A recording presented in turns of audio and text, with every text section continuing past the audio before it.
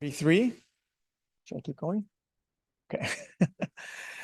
On the Route 33, it really was a year of school specials in Aurora, and that's mainly driven by the relocation of Dr. G.W. Williams for this September, but also some school boundary changes that required us to restructure some routes to best serve the students. They're listed there. I'm not going to go over each one of them. That was in 2025 for the most part. The service improvements for the Wellington-Leslie route, we're hoping addresses GO train connections a little bit better. So our annual plan consultations every spring always starts off with us meeting with town staff.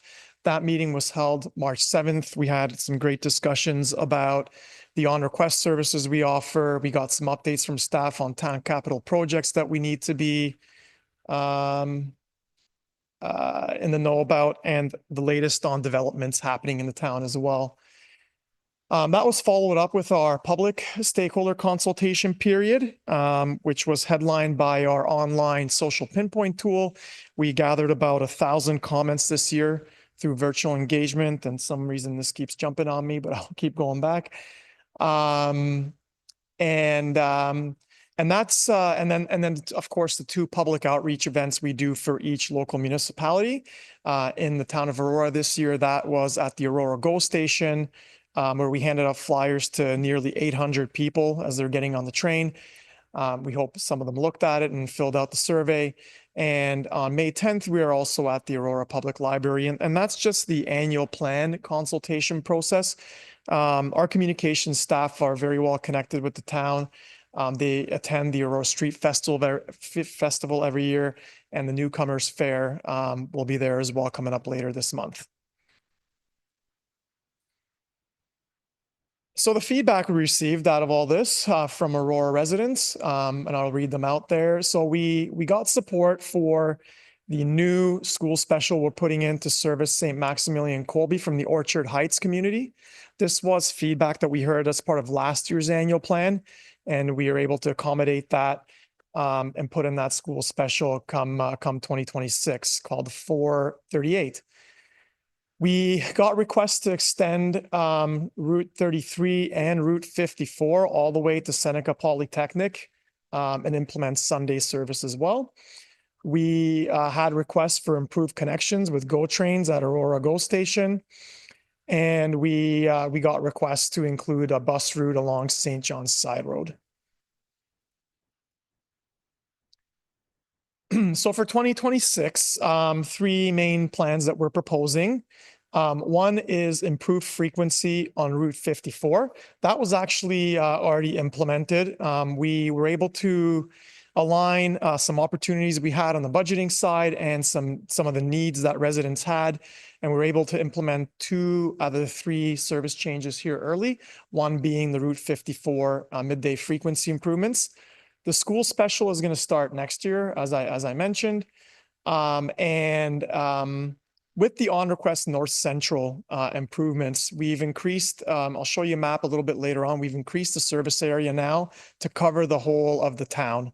So we're happy to say that every address now in the town of Aurora has transit service, either through our on-request service or by proximity to fixed routes. So the map I was talking about, and if you recall previous presentations, we like to run these build maps here. So this is what the service looks like in the town of Aurora. Highlighting in dark blue are the 2025 service improvements, the routes we invested in this year.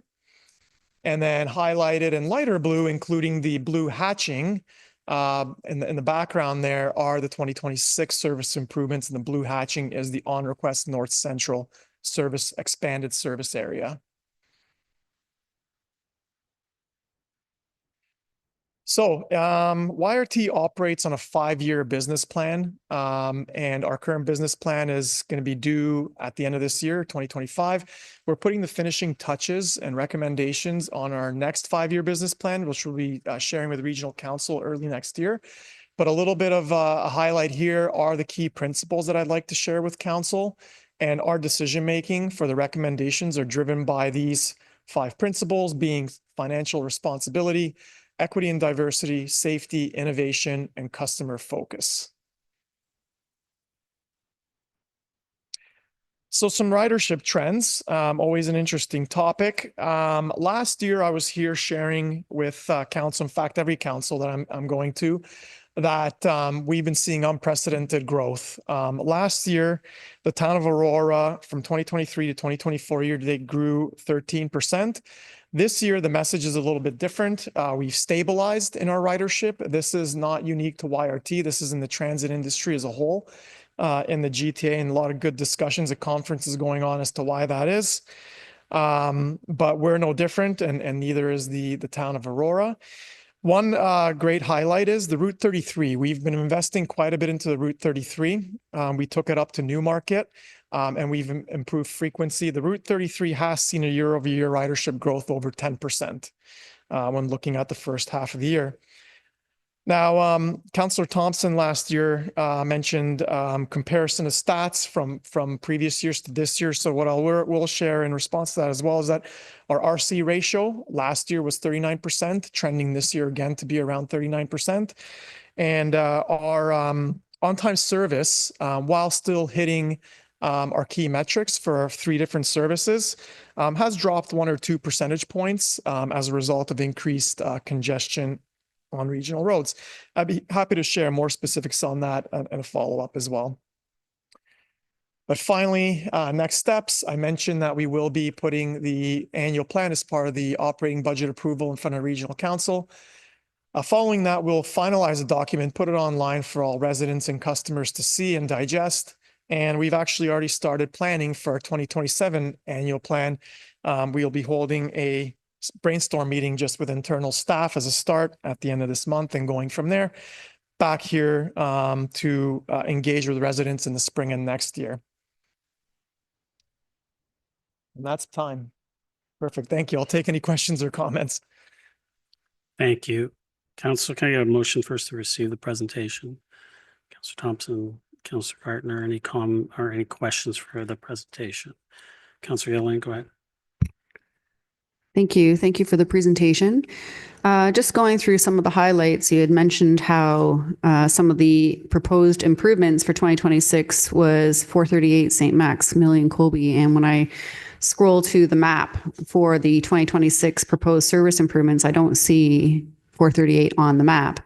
I know where St. Max is, but I just don't see it delineated on the map to show us specifically where that is. Mr. Hertel. Through the chair. It's hard to see from here. It's if I'm seeing it correctly. Yeah, it should be just under the Aurora sign there. The Aurora label in the sort of top left corner of the map. That's the routing there. It's a light blue color. 438. It kind of gets hidden a little bit by the rest of the routes as soon as it hits kind of Wellington Street, but that's the route it takes through the Orchard Heights community there. Councillor? Oh, I see. Okay. Okay. I was looking closer to St. Max, so I was confused as to where the starting point was. So it's on the west side of Aurora. So if anybody's in the audience is looking, it's the new light blue on Orchard Heights. Gotcha. Okay, perfect. And then I had another question. Just you were saying how 33 is one of the top trending routes that is increasing. Could you just give me some reasons why? I mean, it seems to kind of go in towards Walmart and State Farm and some of the shops, not really necessarily residential. Are you suggesting that people are using transit to go shopping there? I'm just curious, because it seems to me that people want to go from A to B, but you also talk like from one side of town to the other. Are you suggesting that this is connecting to Newmarket? Because I think you made reference to that. If you could just give me some context, because right now I'm looking at 33 and I guess it does go along Wellington, but it also goes through that business park. Mr. Hertel? Chair. So what I can say is that a couple of years ago, we did extend it up to Newmarket. It used to provide just service along Wellington Street. We now took it up Leslie up to Newmarket. So that was a significant investment in terms of hours and also catching new coverage. So I believe that's part of it. It also serves the GO station at the Aurora GO station. And we've invested into frequency this year and past years as well. So I believe it's most likely just a response to the increased viability of the service. I don't have any comments on where exactly people are coming from and going, but if you're interested, I could follow up with some of those details. Councillor? Thank you. Yeah, I know it'd be interesting to kind of know what that stat is. And I do notice you go a little further south on Leslie, because obviously we're going to have a little bit more development there. So is that intentional to just kind of catch that type of development that's going to happen, just anticipating? Hertel? We purposefully deviated off of the main road there to capture the new business park and the businesses that are sprouting up there. Councillor? Okay, perfect. Thank you. And I do know there's also some recreation facilities that are opening up there, baseball facility and also a pickleplex. So perhaps that's a good incentive to extend in that neighborhood. I don't know if it the northern part of that 33 on that business park area captures that, but hopefully there is a part of that captures it, because obviously recreation facilities is important too. Thanks. Councillor Gardner? Thank you. You've been here so many times. You have your timing down pat. Could you tell me, with respect to the 32, so that's going, I'm looking at the route that's going down Bathurst, and then it hits Henderson. Now, does it go across? Are there two buses, one that goes across Henderson and up, and then one that goes south of Henderson?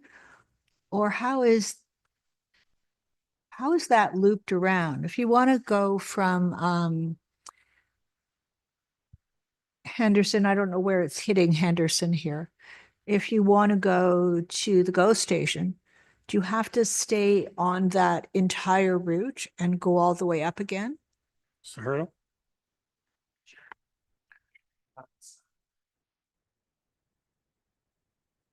Yeah.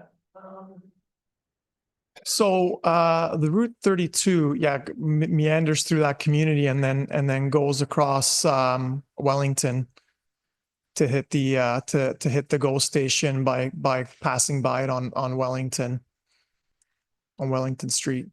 I'm trying Councillor? to figure out if you have to stay on it. If you get on, let's say Wellington and Bathurst, do you Yep. have to go all the way through and down and back up to the GO? I don't believe so. No, I think Okay. it's two-way service Okay. on Wellington, but I can confirm. Councillor? I'm more interested in Henderson because that's my ward. Okay, So maybe we can talk about that another time. of course. Also, the on request. Could you please tell us again what on request means? Mr. Hertel? Of course, through the chair. So we have primarily three types of on request services at YRT. One is, I'll leave the one you're likely asking about till the end, but just to clarify, the one that we've always had for a long time is our paratransit service, which is application based. It's region wide and it takes you where you need to go door to door. The second one, which we implemented during the pandemic, is on request 65 plus, which is specifically, as it says, for seniors. It was meant to get seniors to and from vaccination appointments during the pandemic. It was hugely successful. We've kept it around. It still operates and it's actually award winning. The last one, and it operates quite similarly to the on request 65 plus, is just the general on request conventional service that supplements our fixed route network. The way it works is it'll either get you door to door if there's no fixed route service within the service area within the hours, if there's no fixed route available to take you. Otherwise, it will connect you to a fixed route or pick you up from a fixed route to take you the rest of the way. That's the blue hatched area there. On request North Central, it's called. On top of that, the fourth one I should mention is unique to Aurora because there's only two of these in the whole region, is our Aurora Go specific on request service. That will take you from within the service area anywhere directly to the Aurora Go station or vice versa. And it mainly covers the area north of the Go station up even into Newmarket. that one does not need to be intermodal. It's to and from the GO station. Councillor. That's great news. And it's also good that the 65 plus is an award-winning service. Thank you. Councillor Thompson. Thank you. Thank you for including a slide on how ridership is trending year over year. Just a quick question. In the feedback received slide, you make note of the fact there's been requests for improved connections with the GO trains to the Aurora GO station. I think all of us around this table continue to hear that as well. Is it being addressed in the service improvements for 2026, or is it still a work in progress? Mr. Hertel. Through the chair, it continues to be a work in progress. I'll say we do address it. In fact, earlier this year, we adjusted the timing of certain Route 33 and Route 54 trips to better connect with the trains. As I mentioned before, in my response to Councillor Gartner, we do have the unique Aurora GO on request service specifically, capturing a lot of the town of Aurora. What makes it challenging is that the GO train times often change, as well as the fact that the GO trains are often, sometimes they are not, but they're often not on a regular frequency, and our routes are. So it's a bit of a challenge to connect with the GO trains. So when I say it's a work in progress, that's what I'll say. We continue to have discussions with Metrolinx and GO Transit on how we can improve service integration. We continue to monitor ridership recovery as well on GO Transit. Councillor. Thank you. As a follow-up, when you're engaging in public consultation and having these open houses, are you also communicating some of those challenges that you just spoke about with regards to, the change in schedules and so forth, so that the public's aware as well? Sorry. Through the chair, yes, we do. Great. Councillor. Councillor Kim. Thank you for delegating today. We're quickly approaching our budget season for 26, and I'm sure YRT, if it hasn't done so already, it's approaching its budget season as well. In 2023, YRT's cost recovery ratio was 36%, and I believe it moved up to 39% in 24. So that's well done. So do you have any idea of what you guys forecast for revenues versus the cost for 26? And can we continue to see that uptrend, or is there a forecast or a goal that you guys project, or is it whatever happens at year end? Mr. Hertel. The chair, there definitely is a forecast and a goal, and so there's a forecast for ridership and the resultant revenue. There's also a forecast for what we're going to be spending. What I can say is that we expect the revenue to cost ratio, similar to last year, is at 39%. This year we're trending to be 39% as well. We expect it to be around the same point. Pre-pandemic, we hovered around 40%, sometimes 41%. We fully recovered in ridership and gone beyond pre-pandemic levels. We've also fully recovered in terms of the service hours and gone beyond as well. The challenge in getting back up to 41%, it's only 1 or 2 percentage points, is the inflation that's happened since, and the cost of fuel and maintenance and various equipment that we haven't been able to catch up to. Councillor. Thank you. We'll continue to cheer you on. Any other questions? Seeing none, Mr. Hertel, thank you very much for coming this evening. I mean, the work that you guys do up at the region in regards to transit. Transit is an important thing for us to be doing, and I think it's important that we all have an understanding that it is a fine balance, because we don't want to see empty buses, but at the same time, we need to be providing services so we can get people moving within the community, and especially to the GO station. So I really appreciate all the work that staff have been doing, and I know that regional council as well have been working on that, as well as myself as chair of transportation, and I know Vice Chair Mayor Lovett from Stouffville. It's important that all our communities have access to transit that provides those opportunities for residents to be able to get where they're going. with getting out of their cars. So thank you very much for all the work that you do. And we appreciate you coming here this evening. Thank you. Council, I'll call the vote. All those in favor? Opposed? That carries.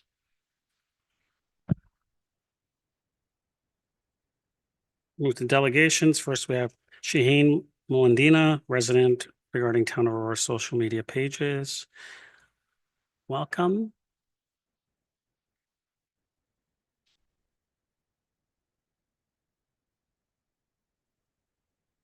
You have 5 minutes and the floor is yours. Thank you. I'm Shaheen Moledina, and I proudly live, work, play, and pray in Aurora. Honorable Mayor, councillors, and residents of the town of Aurora, I stand before you to address a matter of urgent importance. The recent comments posted on our town's social media page in response to a post celebrating Islamic Heritage Month. These comments expose a troubling undercurrent of hate and intolerance that cannot and must not be ignored. Aurora has a long-standing pride in its commitment to diversity, inclusion, and respect for all. Our community thrives because of its people of different faiths, backgrounds, and cultures who together make Aurora a vibrant and welcoming place to live. It is therefore deeply concerning that our town's own social media platform became a space where hateful and inflammatory comments were allowed to remain visible for nearly 24 hours. Let me be clear. These were not harmless opinions. Words such as Islam has been a cancer and Islam wants to wipe out Christians and Jews off the face of this earth are not mere expressions of disagreement. These are dehumanizing statements that perpetuate fear, division, and discrimination. As a community, we must ask ourselves, what do we stand for? And are we willing to remain silent on the face of hate? The answer must be a resounding no. Our silence in the moments like this is a form of complicity. We cannot allow Aurora's social media or any public place to become breeding ground for intolerance. After numerous calls and emails, the hateful comments were eventually removed and commenting was restricted. Thank you very much. I wish to thank councillors who personally followed up with this matter. Your responsiveness was appreciated. However, the situation has made one thing very clear. Our system needs improvement. For the record, to prevent this happening again, I'm calling for a comprehensive action plan to ensure that our online platforms truly reflect Aurora's values and legacy. This plan should include clear community guidelines, establish and enforce a transparent set of rules that explicitly prohibit hate speech, discrimination, and harassment on all town platforms. Active moderation, employ dedicated staff, or utilize technology to actively monitor comments, ensure hateful rhetoric is immediately removed and banned. And hate has no room in Aurora, and certainly not in Canada. Promotion of positive dialogue, encourage constructive and respectful conversations about diversity, inclusion, and culture. Let our platforms become spaces of education and understanding, not division. Education and awareness, a clear reporting mechanism, create a simple and accessible process for residents to report hateful or discriminatory comments, ensuring swift and transparent action in response. A public statement from our Honorable Mayor and Council. The town of Aurora has both the responsibility and the stated intention to uphold respect for diversity, including religious diversity. Our social media platforms must embody the same principle. We have the power. Let's come together, residents, councils, community leaders, to reject hate and embrace understanding. Let us stand in solidarity with our Muslim neighbors and with all who experience discrimination to tolerance. Our slogan, "You're in good company," needs to be upheld digitally. Canada is a mosaic, and that is our strength. And it is reflected in our town. Thank you very much.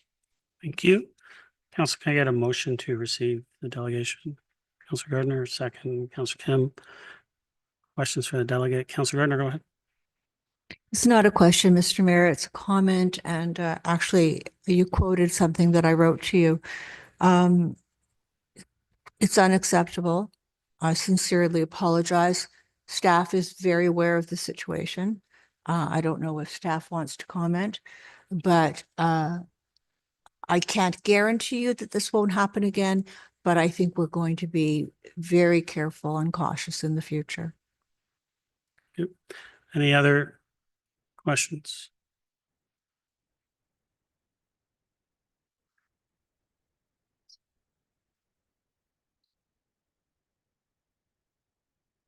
And plan? We can deal with that under new business, Councillor. We're interested in delegation. Councillor Gallo, go ahead.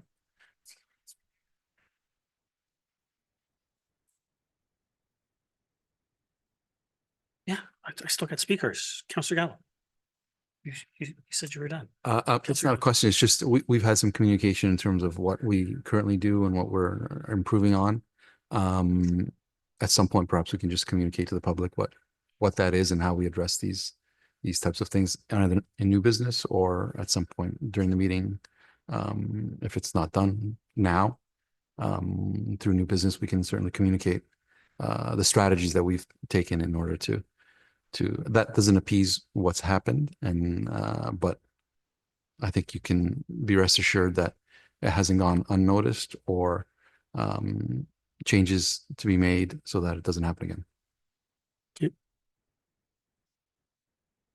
So Facebook platform, like I run a couple pages on Facebook, and I think the problem, I'm not sure what happened that day, but there is, like on my pages, I don't know how the Town of Aurora page works, because I've spoken to Carly as well, is that there usually is a button that you can say report to admin. And what happens is it goes right to the admin of the page, and they can shut off the comments and shut down, remove those comments. That didn't happen, unfortunately. So we need to look into that. The other thing that we need to also do is make sure that we know about these platforms and how to be proactive. Unfortunately, it had already happened, and now we're reacting, which is good, but we have to be proactive for all community groups and all walks of life in Aurora. Councillor. I think once it's explained what the process is, I think it'll answer a lot of your questions. Okay. Councillor Kim. Thank you, Shaheen, for delegating. I'm sorry that some people think these thoughts, and I'm sorry that some people chose to share those thoughts in this forum, and we will certainly take your recommendations to heart, and we'll do what we can to screen, filter, and do what's necessary. So when I did the screen standard, we blocked out the names of the people who had commented. And something that we also want to maybe look at is where is the source?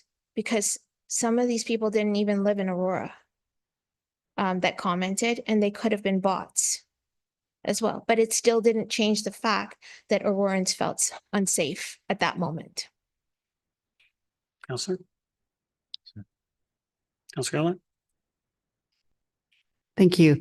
I just want to acknowledge your comments, and I'll acknowledge your email. I know people were working behind the scenes already, so we're all double duty, and I know communications was working hard and behind the scenes to alleviate some of hateful comments.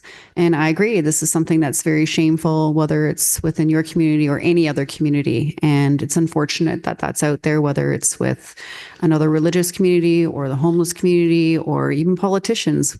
There's a lot of negativity out there right now. And when it comes to an official body like the town of Aurora, yeah, we should have some sort of policies in place to help safeguard that, as we are the ones representing your community, and we do not want to exude that as something that we feel is acceptable. I feel like we have acknowledged quick and swift.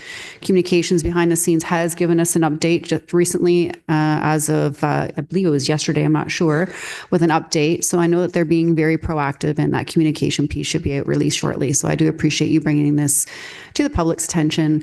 And, I want to acknowledge your delegation. Thanks. Any other questions? Sina, Shane, thank you very much for coming this evening. I did want to say 100% hate has no place in our town and no place on our social media pages as well.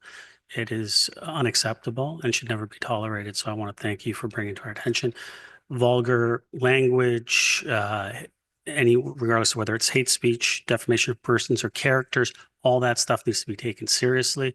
And we do not allow it here in the town. So I know staff are working around the clock to make sure that this doesn't happen again. And we're constantly looking at how we can always better our systems. We know that social media is always evolving, and as you mentioned, bots or whatnot could be happening, but we need to always be looking at how we can improve each and every day to make sure that this type of thing never happens in our town. So thank you very much for coming this evening.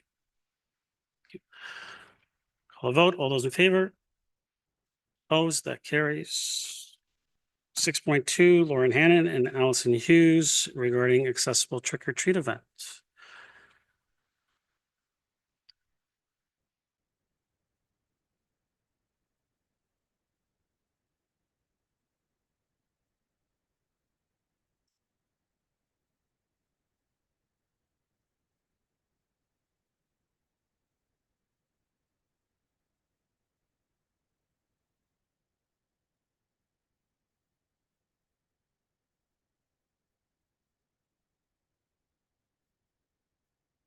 Welcome, ladies.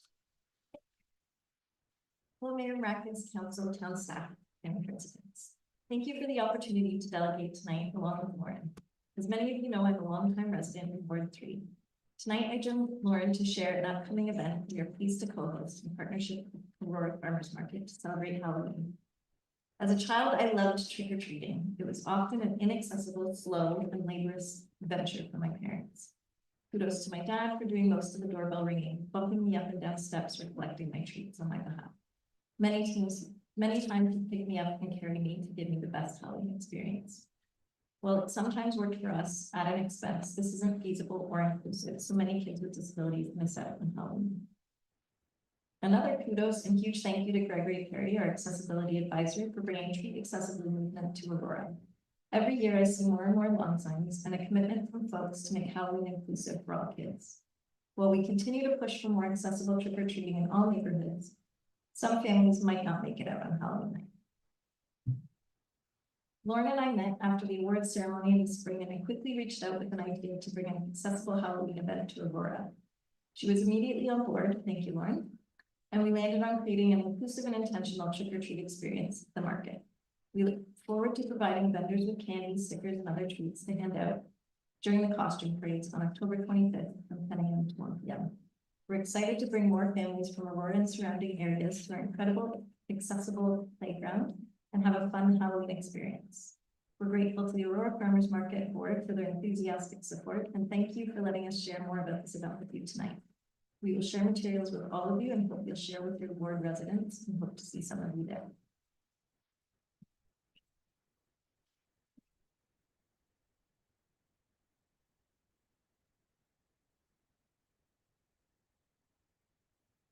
Can I put this up?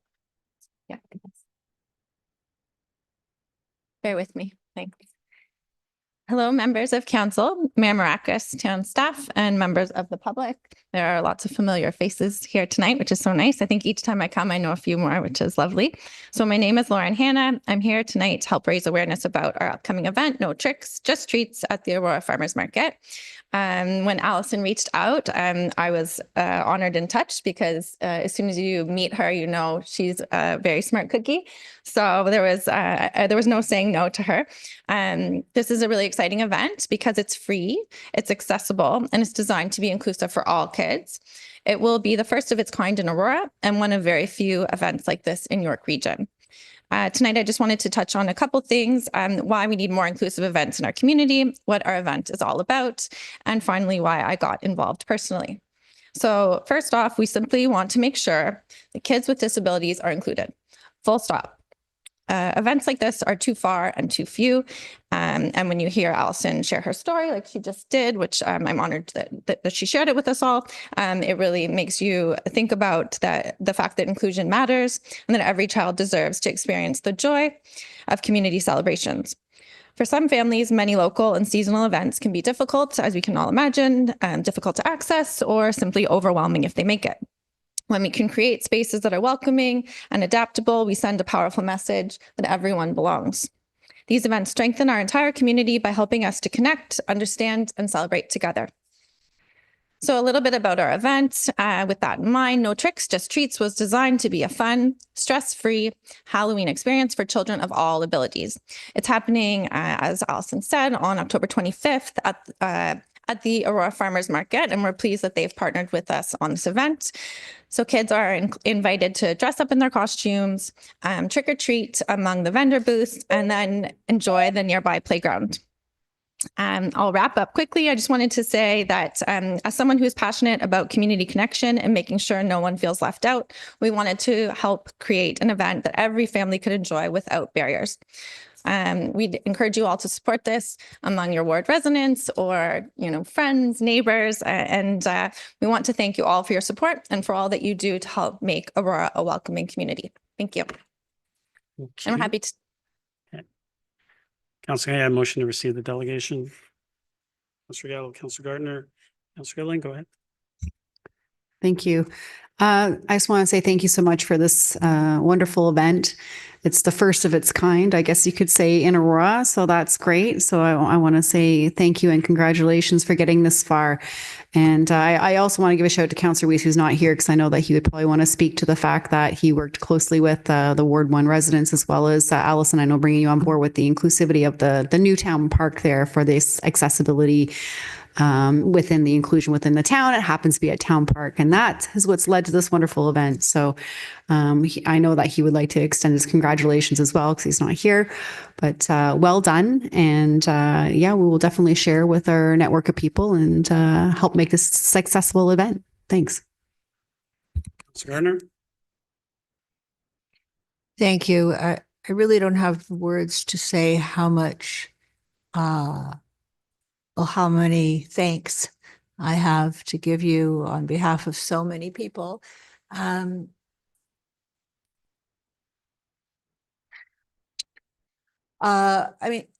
an exciting way to celebrate Halloween for those who find, as Alison did, it can be very tricky, and especially in the darkness, or even if the weather's bad. So I'm hoping to come and join you and celebrate. And so many thanks. And also to Councillor Weiss, who usually sits in this seat. Oh, no, that seat. Anyway, thank you for coming to council. I hope that the Auroran will cover this beautifully, as I see the nods. Thank you. Thank you. Any other questions for the delegate? Seeing none. Lauren, Alison, thank you very much for coming this evening. It's an incredible event. I'm looking forward to it. You can count on me being there Saturday, the 25th from 10 a.m. to 1 p.m. And I just want to say, we are truly blessed in the town of Aurora to have an abundance of volunteers. And it's volunteers like yourselves that are able to bring forward ideas like this and get them done in our community. So I want to thank the two of you for doing this, and we're looking forward to many years of this successful event. So thank you for being here this evening. Council, I'll call the vote. All those in favor? Opposed? That carries. 6.3, Shawn Deane, resident, regarding item 11.3, tax sale update. Mr. Deane, welcome. 5 minutes, and the floor is yours. Thank you. Good evening. I'm here to speak about the tax sale revelation that there's 172 homes in Aurora that have not been able to pay their taxes for 3 years. So this ties into my concerns about budgeting and affordability. And I've been speaking now before council for a year now about affordability. It's all over the news nationally. It continues. And this is a direct tie into the 0% budget increase request by 4 members of council for 2026 to show compassion to the affordability crisis. So I happen to still be unemployed. That's no reason not to pay for necessities. However, I've declared no confidence, and I'm not sure if these 172 homeowners have ever come forward, if we know their story. But if it's been 3 years, how many more homes, is this trending upward or downward with this economy?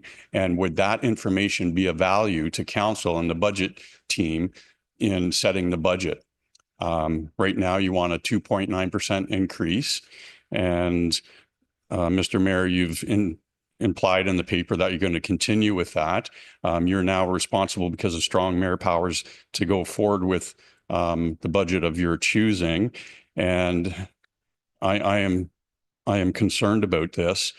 And specifically when we, relate this number to the number of homes in Aurora, which I've ascertained through a Freedom of Information request that says there's, 2,200 homes in Aurora out of a population of 66,000. And this means almost close to 1% have not paid their taxes for 3 years. So is this trending upward or downward? We're talking about risk factors internally today on the agenda. We need a risk factor for taxpayers. So, and also, is there another tier of homeowners that are, we know the disposable income because of the food prices keeps getting smaller. So there's people that are probably just managing their mortgage payments and food, and their disposable income is down. So what are they cutting? Cutting, family vacations, home improvements. I'm not sure. Do we know? Have any of these people come forward? I feel like there's 100, if you ask these 172 other homeowners, do they want to increase user fees next year based on inflation or actual cost? Do they want a tax increase? What would their answer be? I know what I would assume from everything I read in the budget, what their answer would be. And I feel extra burdened that there's not more voices like me, because we don't have a public budget discussion. And I would like to have that public budget meeting. Our budget bylaw says that we're supposed to have a public session once a year. So unless council is considering a confidential budget survey where the information isn't released and we don't even know who won the pizza, if that's considered a public session for input, then I would like to have that communicated clearly. So 172 homes. That means I have a minute left. So according to MPAC and our documents, the full residential, we have 2,800 or 20,800 homes in 2024. We've only built 500 homes in 5 years, according to Freedom of Information documents. So 500 homes, 100 homes a year, and you've committed to the Premier Ford that we're going to build 1,600 a year. So no one's buying new homes, and this is a huge concern. There's strikes going on and unemployment's at 7.9, food banks and homeless encampments, all in the news. And council seems to be, I'm not hearing this loudly enough to make a response, and to have no success with strong mayor powers and building 1,600 homes a year. We're only building 100. It's the strong mayor powers have failed, but they've weakened democracy and the vote of council to have no increase next year.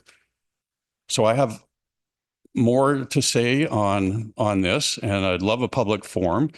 And I'd love for council to follow their own public guidelines or public consultations on budgets. The municipal price index is the other point. We talk about consumer price index and construction price index. Yes, my last points. So this is off of our own website, our council budget principles, and they're not being followed, and it's a concern. And because I'm out of time and there's lots on the agenda tonight, I will thank you for the time. And, you know, when I delegated last month, on the same day, historic lows in housing development. So this isn't working, and we're still trying to, and we just gave $400,000 of taxpayer money to developers. So I brought that up last month. So please, I'll be back again, but we have to hear what's happening and take action. Like, how much louder? I can bring 172 other homeowners to amplify my voice, but please, I just ask respectfully that we have a discussion about this. Is it just me? I could have thought that until you revealed 172, 3 years. This is a concern for me as the top of the budget organizational chart. It's like you put me in a position like a parent having to have a tough conversation with their adult at home that's living at home, fully financially dependent, that money doesn't grow on trees. And please don't put me in this position, son. Thank you for your time. Yep. Yeah, motion to receive the delegation. So Gilliland. I need a motion to receive them in a second. Councillor Thompson. Councillor Gardner, go ahead. Hello again, Mr. Deane. It's not so easy to stand up there and speak to council. I've had the opportunity myself. I want to assure you that we invite the public to come to an open meeting to hear their views in this council chamber on the budget. And if I'm not mistaken, in the recent years anyway, nobody's come. So we are trying, and through social media, we are trying. I'm sorry, you can't respond to me unless I ask you a question. But we are trying. So I don't want any member of the public to get the impression that we are not a council. We are a council that's open to public comment. But people don't seem to want to come. Thank you. Councillor Gilliland. Thank you, Mr. Deane, for coming and expressing your views. I think they are really important. And Councillor Gardner is right. We do a public budget meeting, and it's usually just after the budget's actually been formally released. So I think what you're pointing to is the in-between before that's released, to give that public input and be able to have an open forum or public speaking that's a little bit more transparent. So to your point, if there is a survey online, you don't really see those results and understand what that weigh-in is, you feel like you're kind of disassociated from that process a little bit. And so I get that. So perhaps maybe having a public budget session that's a little bit more in a meeting environment mid-year versus the week before, council talks about it is a little bit more relevant, because I do feel that once we do have this meeting and we say the public come on out, it is kind of at the 11th hour. And I think that's what you're trying to say through you, Mr. Mayor, to Mr. Deane. Is that what you're referring to, is having a bit more of that open public workshop, for lack of a better term, or public meeting, say in June versus a week after it's been released? Or if you can clarify. Mr. Deane? Well, yes, I want the public consultation as a regular part of the budgeting process from day one to the 11th hour. Asking for input from residents in the 11th hour is obviously not effective in changing that current budget year. So it would be a waste of people's time in that budget year. So I've also requested that council invite the public to be on the budget committee. You're adding committee members, I think today on the agenda, for cannabis shops in Aurora, and you're engaging a whole bunch of people, staff and council and the public, but not for, something as significant as the annual budget. So yes, and also having a forum for clarification on things, the discrepancies that I read in the paper and in the budget and in our policy. Like there's 3 different price indexes, and today you're on the agenda, you're increasing user fees based on a 2% index, inflation index. Which one? And what is the number? I did the math and it's like 2%. You added 2% to everything. And a lot of them, they're just sending email attachments. So what I want to understand is, what's the cost? We don't need to use an inflationary number when we have actual costs, right? So if our costs go up, tell council and the budget committee, here's our costs this year. Here's what they are right now. Right now, we're adding 2% to next year. And we don't even know, or we do know if we should know if our costs are actually higher or lower. It's ignored what our actuals are. We don't need to use inflation. We have actuals. So, and then you always put the consumer price index in the budget, but you talk about a municipal price index and a construction price index. Council municipalities don't buy food. That's going through the roof. So. Thank you. I completely understand and resonate with everything that you're saying. And there's an unemployment down, I think it's down 60% over the summer. It has been a huge hit, and a lot of organizations are striking over wages. The people's wages aren't going as fast as the rate of inflation. And you're right, there are certain things to where we need to scale back and say, why is this applying a 2% to, whether it's for an example, you're using an example of, an email attachment to this is why, why are we not scaling back on those small things? And maybe that's something that we need to look at. I certainly think that is worth looking at. People say, well, let's have a 0% increase on these items. And why are we just blanketing this rate of inflation on everything? And everybody's feeling the pinch. And that's why you're here today, is like we need to be responsible with that. And I appreciate you saying that we need more public input. Yes, we do. And I wish more people like you would come to the podium and have these conversations with us. And I do feel that we should have more of an open forum. I know we have a finance committee, but it's not open to I don't think there's any public members on it. And I don't know why we don't. I think there should be, or at least be invited to come in and maybe delegate and do things. I agree. I think it should be a little bit more transparent. Okay.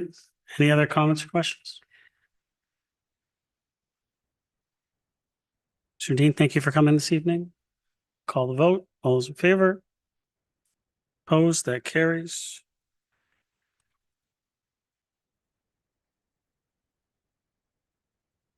Advisory committee meeting minutes. Anyone want any items pulled? Otherwise, I'll ask for a motion. Councillor Gardner.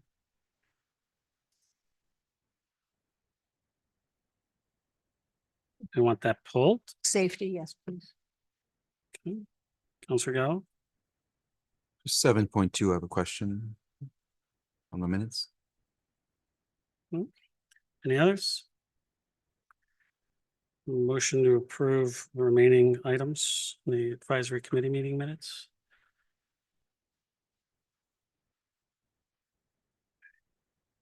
Yep, it's already been pulled. Got a motion? Councillor Gallo, seconder? Councillor Gardner? All those in favor? Opposed, that carries. 7.2. Councillor Gallo, you pulled this. Did you want to move the minutes? Sure. Thank you. Seconder? Councillor Thompson, go ahead, Councillor Gallo. I mean, I'm moving them. Obviously, I wasn't at the meeting, or I'm assuming they're correct, and that's kind of why I'm asking.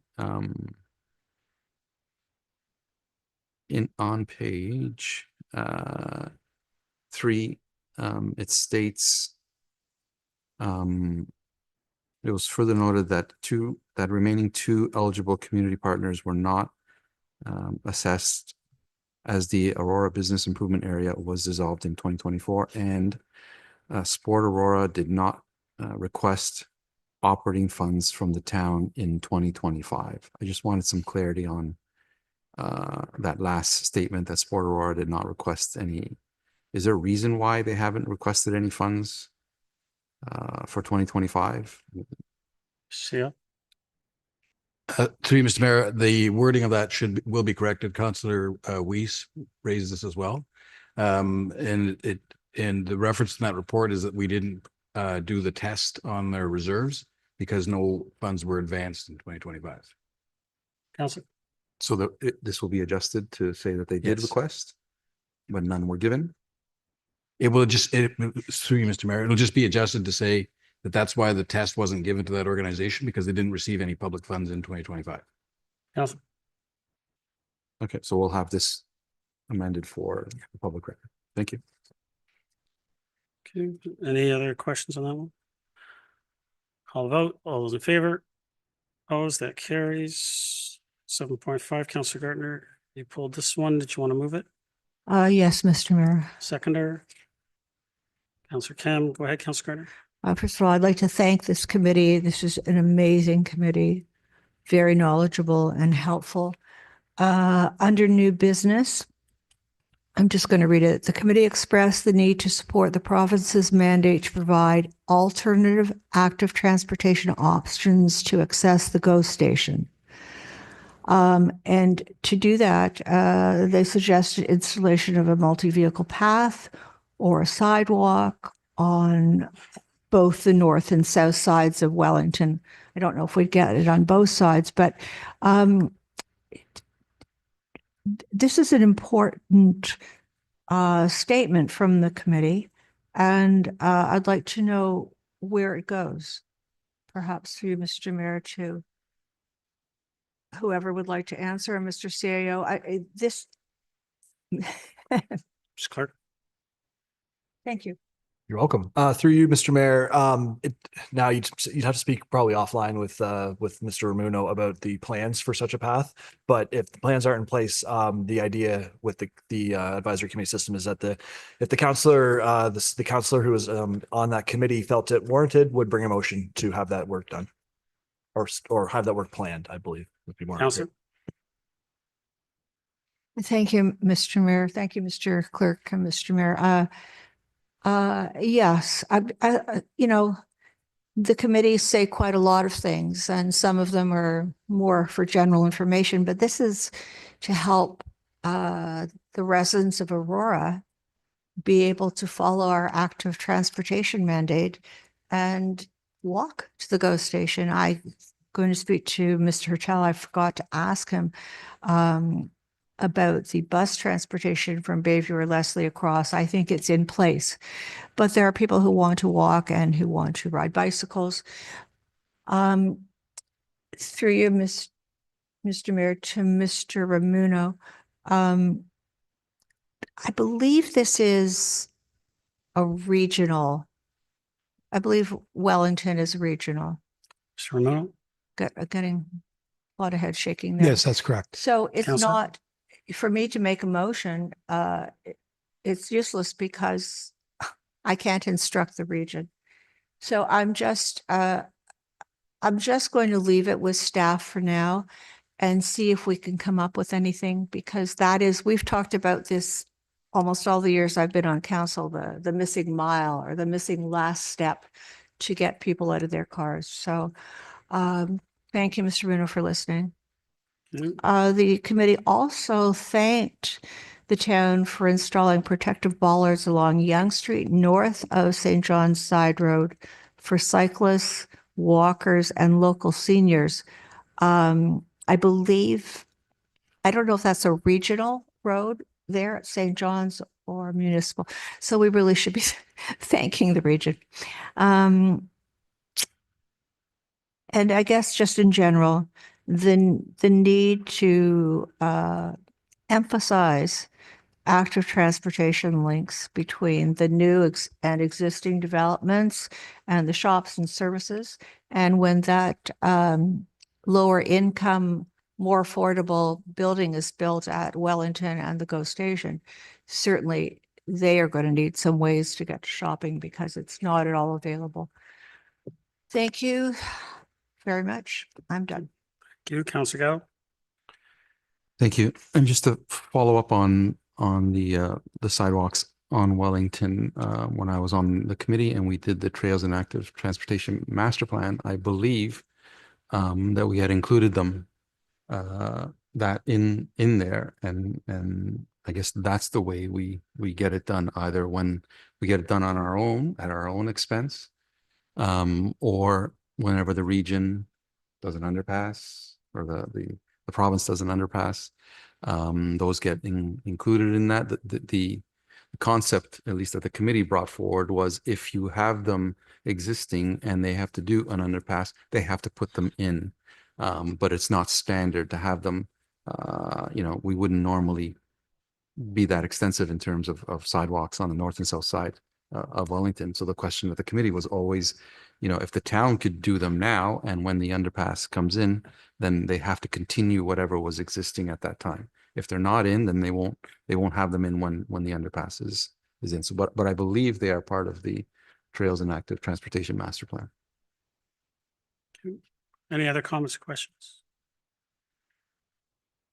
Call the vote. All those in favor? Opposed? Carries. Consent agenda. Someone want to move that? Councillor Kemp, second. Seconder. Councillor Thompson. Comments or questions? Councillor Gallo, go ahead. Is that 8.1? 8.1. Yeah. 1 sec.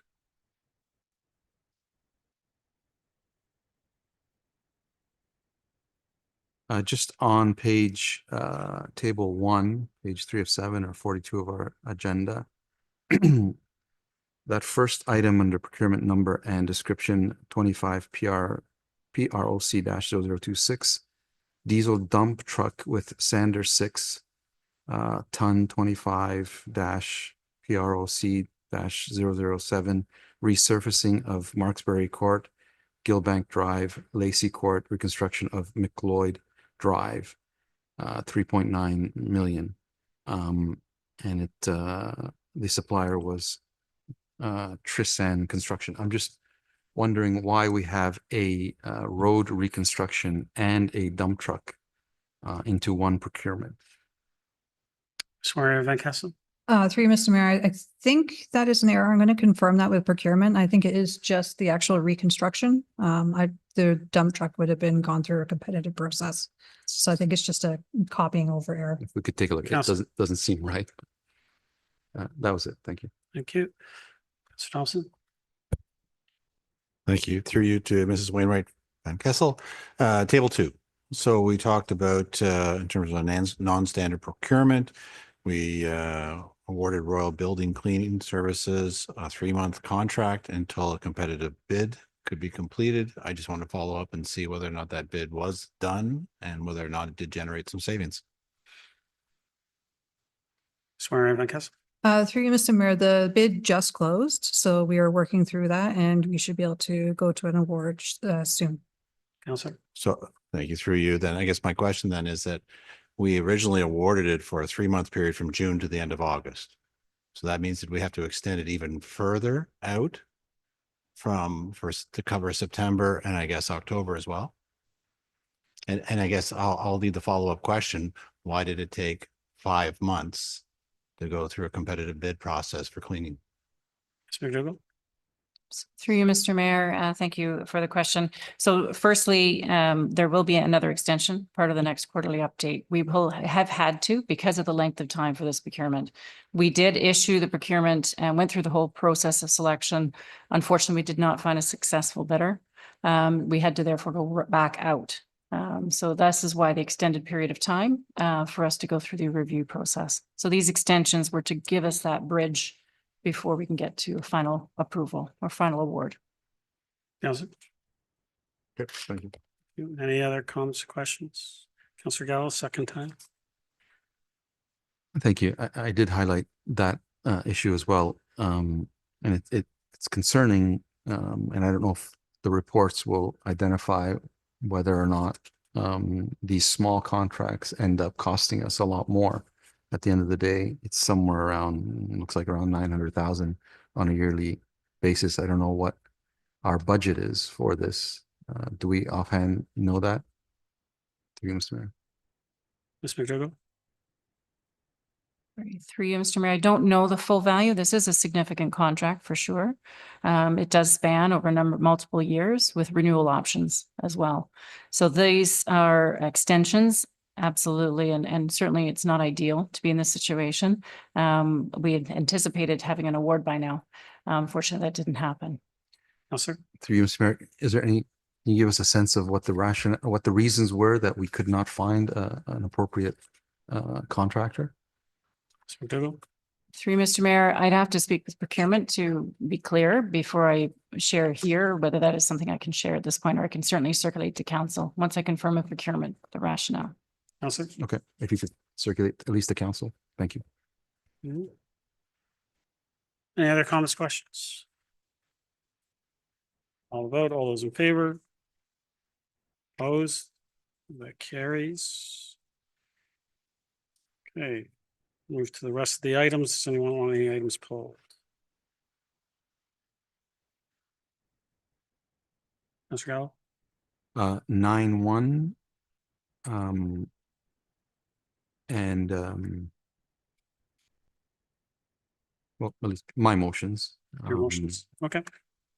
15-5 and 15-6. I'm not Yep. sure if the others won. Anyone else? Councillor Gilliland.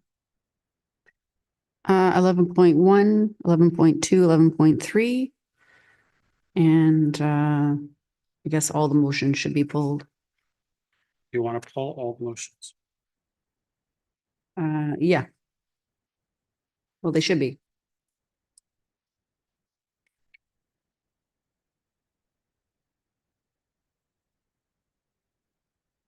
Anyone else? Councillor Gunner. 9.2, please. Councillor Thompson. 10.1, I would want Ms. Desario not to be able to do her presentation. Any others? And 13.1. Any others? Okay, we have a motion to approve the remaining items minus 9.1, 9.2, 10.1, 11.1, 11.2, 11.3, 13.1, 15.1, 15.2, 15.3, 15.4, 15.5, 15.6. Someone want to move that? Councillor Gallo, second by Councillor Thompson.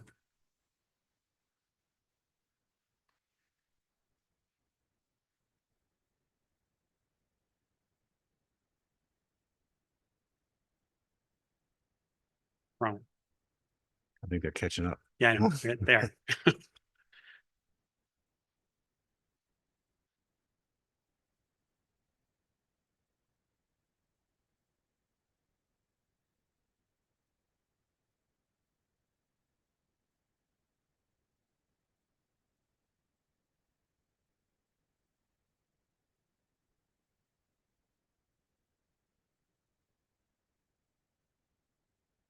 All vote. All those in favor? Opposed, that carries. Okay, 9.1, start with Councillor Gallo, you pulled this one. Did you want to move the recommendation? Thank you. I'll get it moved and seconded, and then we'll go to the presentation. Seconded, Councillor Gilliland. Thank you. Mr. Rose, welcome.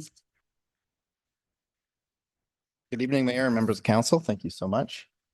Happy to be here tonight. Just going to do a quick introduction. Very pleased to introduce Queen and Nico from Outside Arts, a Toronto-based arts organization that specializes in community engaged and equity-centered public art. I would point everybody's attention to the public art strategy, beautiful documents in front of you. If you do recall, back in May of this year, the public art strategy was brought to council. The recommendation was to approve the public art strategy, come back with a policy, which is why we're here today. And then also yeah, that was it. Yeah. So it is here in front of you. Queen and Nico, I think it was actually at the behest of Councillor Gilliland at the time, suggested that we should have a presentation to go with the public art strategy. So with that, we thought this would be a perfect time to dovetail both the strategy publication with the public art policy, which is before you today. And we're seeking approval of the public art policy. To walk you through the public art policy, or the strategy, I should say, and the corresponding document before you, I'll ask Queen and Nico to present. And if I could have some indulgence, Mr. Mayor, I think we have 10 minutes, but it may be a little bit more possibly. I know we've got a full agenda, but it'll be close to 10. Hi, everyone. I'm Queen, and this is Nico. Thank you for having us today. We're just going to go through some key points regarding the public art strategy that will help guide the policy. This is a culmination of efforts from myself, Nico, and our team members, Ali, who's here today, and Tracy, who's not with us today, as well as Sabrina from Bespoke Collective and several artists and men we interviewed through this research process. And in the course of it all, support from the town of Aurora. And we're very excited to see this strategy go through. So you all have done a land acknowledgement, so we'll skip over that. So today we're going to cover some things that are in the public art strategy, values and vision, defining public art and things like that. And you can follow through with the table of contents. And so today the strategy we're discussing is through 2025 to 2029, and this will guide Aurora's public art programming in alignments with the town's plans to ensure a transparent process. This process fosters partnership, embraces diverse perspectives, highlights creativity, prioritizes accessibility, and it hopes to deepen community connections across neighborhoods. This public art strategy's goal is to build bridges across diverse communities, and it includes values like collaboration, inclusion, engagement, sustainability, connection, and accessibility. You'll see here there's a few public art that is up around the town of Aurora, such as the Community Builds mural by Moonlight Murals Collective, Bobby Schweizer's wooden pole carvings, and some of the little free art galleries. And so how you can define public art is any art that is seen in the public realm.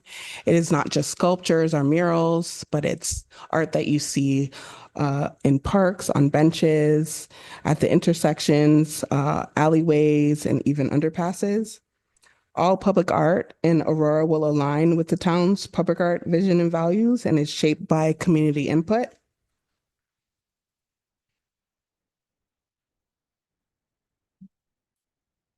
And governance. Investing, skipping ahead of myself, I'm sorry. So municipal funding, this is covered by municipal funding. That's 1% of the capital budget for major buildings, developer contributions, which is public art in new developments, collaborations with nonprofit organizations, and the annual operating budget ensures equity across Aurora. So our initial advised governance makeup is comprised of folks from cultural services, division, which will lead the administrative portion of it, town council, who will approve the strategy and projects. And then there will be an art selection panel made up of residents and art professionals. Okay, so I want to talk about public art acquisition. And there's several ways to acquire public art. You're probably most familiar with commissioning. So commissioning is where you hire an artist to come in and create something specifically within a space within the town of Aurora. And it's new art that's coming into the town. And you can see on the right side, there is several commissions that have happened over the past couple of years. So you have the Aurora Bell Box Murals project that happened in 2022. And this muralist that we're showing is Ren Lone Child. Then there is the tree sculpture by Jeff Taylor that happened in 2018, and that's along Tim Jones Trail. And then there is a vinyl banner that I believe is still up in the town square that was commissioned as part of a public art program where we actually came in to teach 8 artists, to mentor them. And the result were these beautiful banners, 8 of them, that were put up to display across the cultural center and the town square as a way to celebrate the opening of the town square. And then other ways to acquire public art are through loans, through donations, through leasing. And then whenever a very important part of public art commissions is finding a site. So it's very important that when thinking about the ideal site for public art, that the community is involved within this process.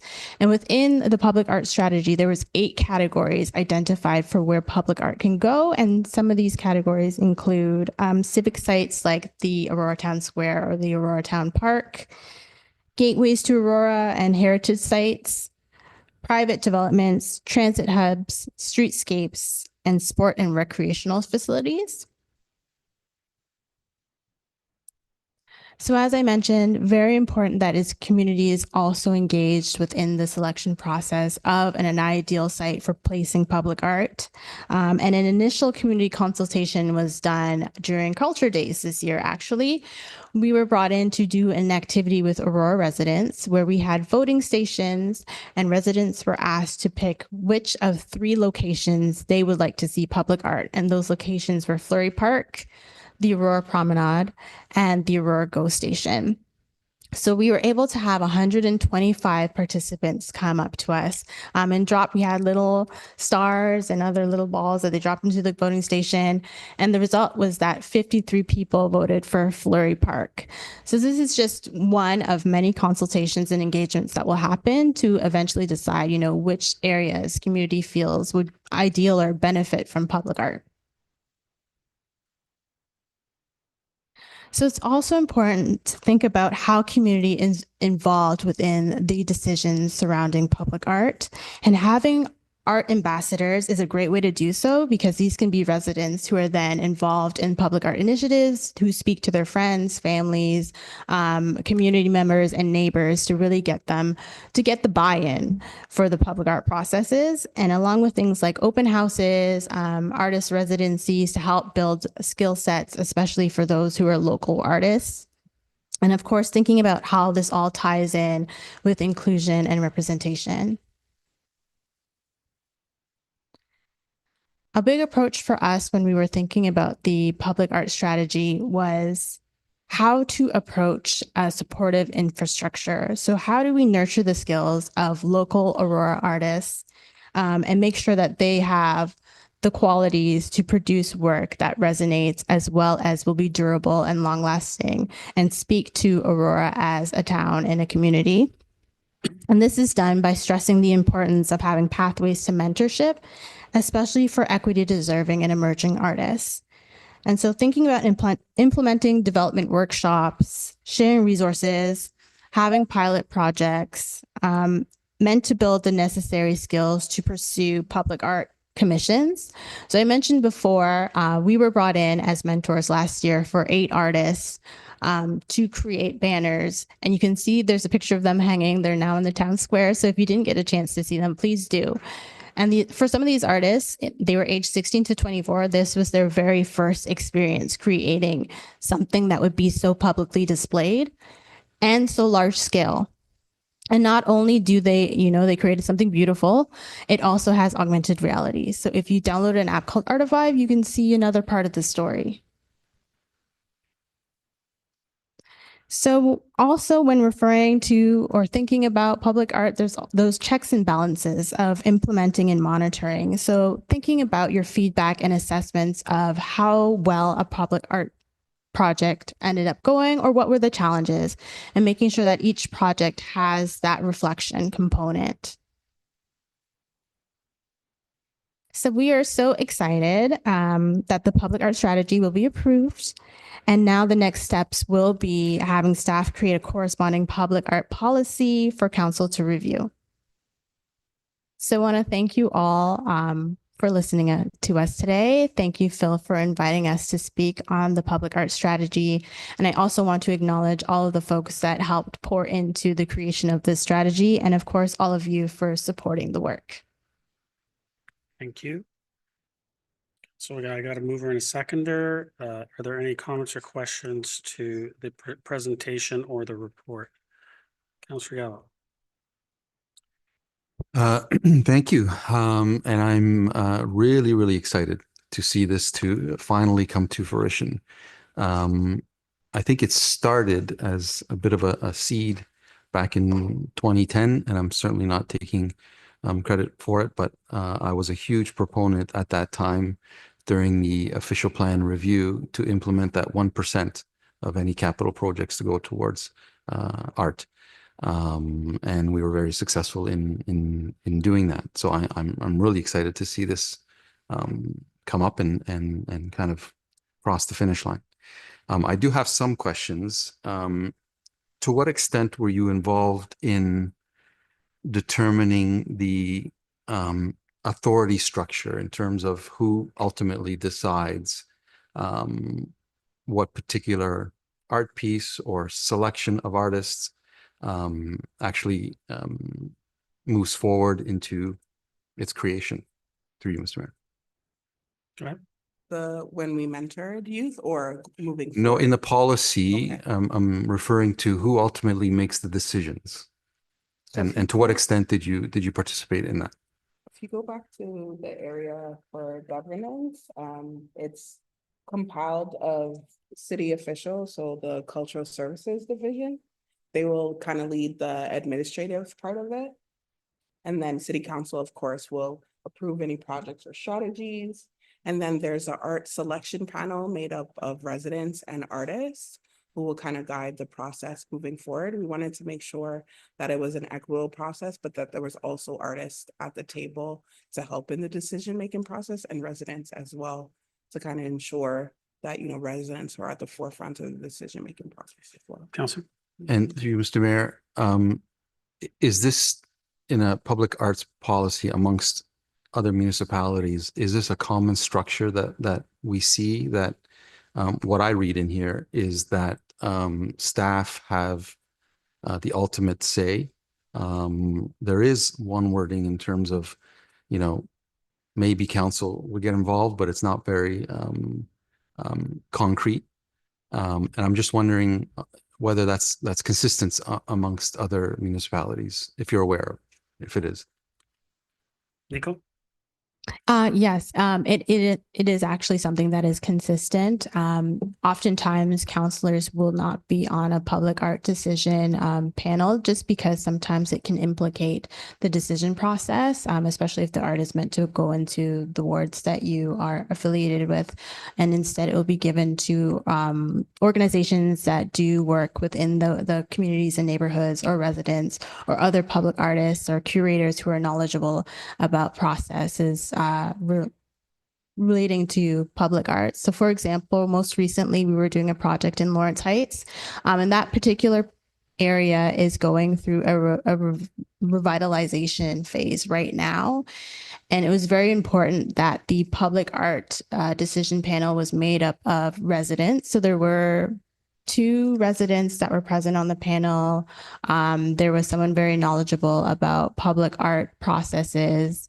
And there was a community organization, a leader of a community organization also present on the panel in order to make the final decision of which artists would then be selected to produce the work. Council. Okay. Thank you. I'll speak later, I guess, to staff or to in terms of a little bit of my research in terms of what's out there and where I would like to see this go. But generally, I'm extremely happy. I think there's a little bit of tweaking that can happen, but I'm excited that this project is moving forward. Yeah, Councillor Gallo. Thank you. I love the policy. I love this. This was great. I think it's good that we have this hard copy in the presentation. I know this has been long overdue to have a policy in place because we didn't have one. And we were faced with many opportunities of public art and we really weren't sure how to handle it. So this is a good guideline to have. My only comment would be is ensuring that we have clear mandate on the maintenance and if there is any accessioning clearly defined in there so we can avoid long-term financial liability. 'Cause, I mean, obviously that does exist currently in Aurora, but also looking down the future, understanding the terms of that. I don't know how clear that is in here about that liability, and I think that needs to be clear. As far as what Councillor Gallo is saying about the council authority, I understand I'm a big proponent of ensuring there's public art professionals as well as the public feedback and residential panel and so forth. But I feel there's got to be some sort of council authority there at the end of the day to say yes or no and make that approval. Without, obviously, our role is to be subjective and non-partisan on all our decisions, including public art. But I think it's also important that council does retain that final authority at the end of the day, just to ensure that things are being followed within the community, whatever that may be. I don't know what that would point to. I don't know how you would put that in here in the governance, but I do feel that it just shouldn't be blanketed where council doesn't have the authority. I would like to think that if there was a situation that maybe the general public wasn't happy with, whose shoulder does that fall on? Would it fall on council then if we don't make that decision, that final decision? Question, council does make the final decision. It's town council that approves the strategy and any projects that move forward. In terms of maintenance, it's on a by project basis. So if you have temporary art as a part of the public art. I'm sorry, if I may, I'm sorry, through you, Mr. Mayor, to interrupt, but just based on the selection. So you may go through a process and have maybe your top 3 or top 2 or thing of arts that you're going to pick for whatever project.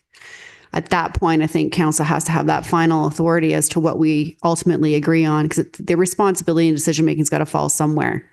And arbitrarily, it can't be some random group that maybe if there's a pushback for whatever reasons, if it's a year from now, 2 years from now, where's that responsibility and accountability falling on? And there's got to be some accountability for that decision-making. So that's the specifics that I was getting into to make sure that was clear that final authority was retained. So through Mr. Mayor to Mr. Phil Rose, Mr. Rose, maybe you want to chime in at this point. I know I'm asking some pretty tough questions, but I just think it's to Councillor Gallo's point, and I kind of share some of those sentiments. Mr. Rose. Through Mr. Mayor, very quickly, I just want to point everybody's attention to page 30, which is the appendix C public art process map.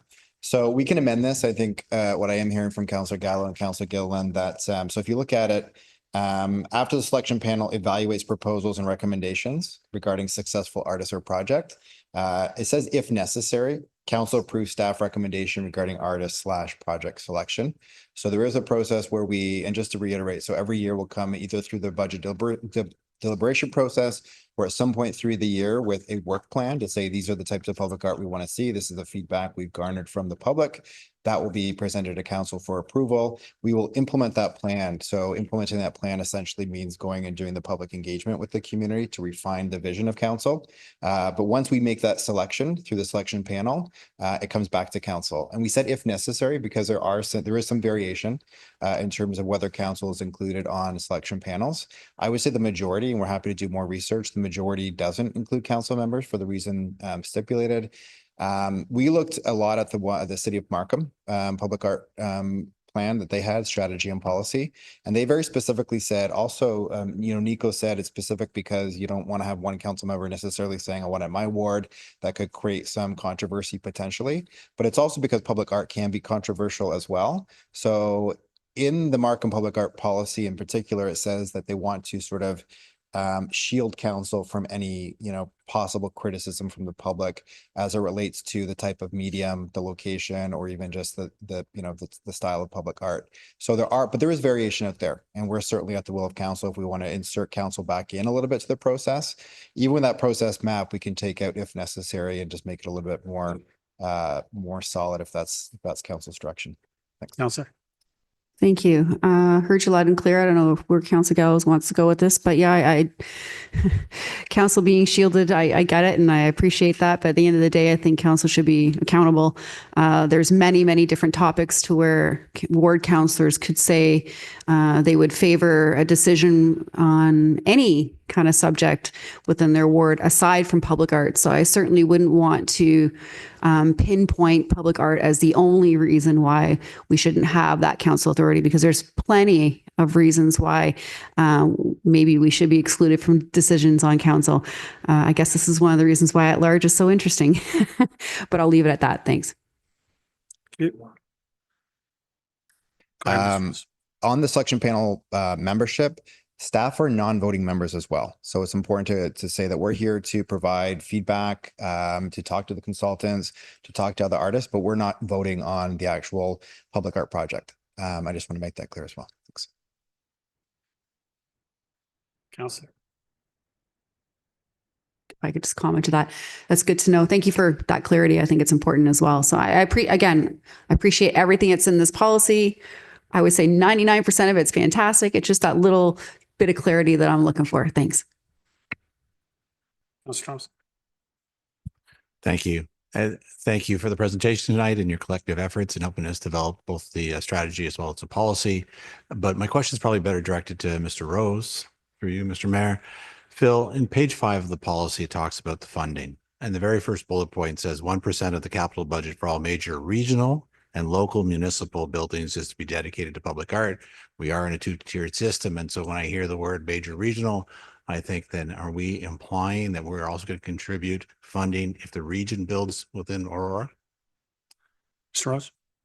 Through you, Mr. Mayor, I might ask Marco to clarify, but that's not the way I would construe it. I would hope not either. Yeah. Because while we control our own budget, we don't control the region. So it's just a reference to any major regional capital projects. Mr. Romano, did you want to add into that?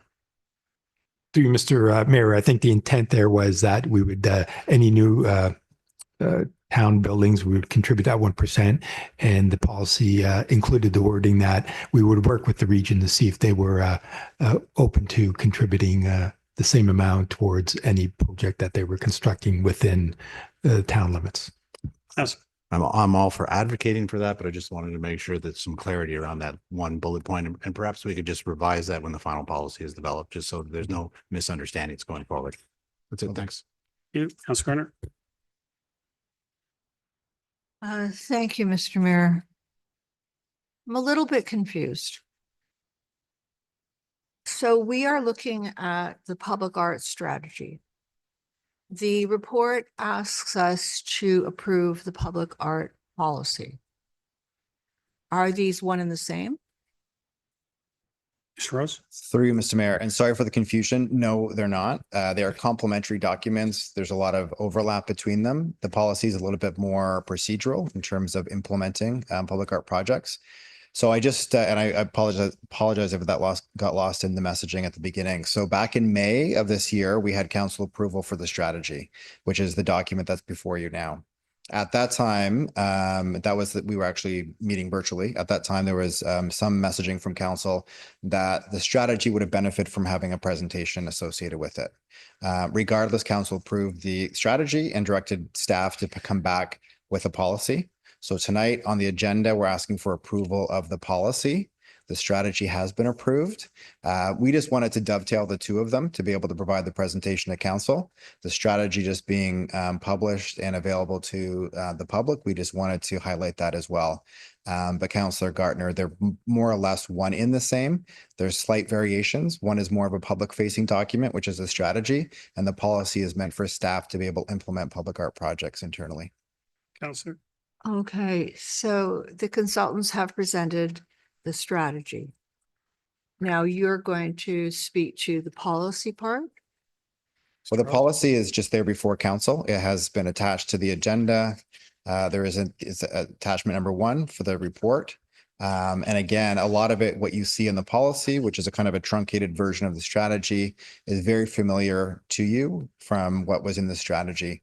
So tonight we're simply highlighting the fact that we have the strategy. We worked with Outside Arts over the last 3 or 4 years on that. And now the policy is on the agenda tonight, and we're seeking approval from council for the policy only. Alison. Okay, this seems to me to be a little bit backward. Usually, in my experience, we approve policies, and then out of the policy comes the strategy. So this has just been done in the reverse. That's what you're saying.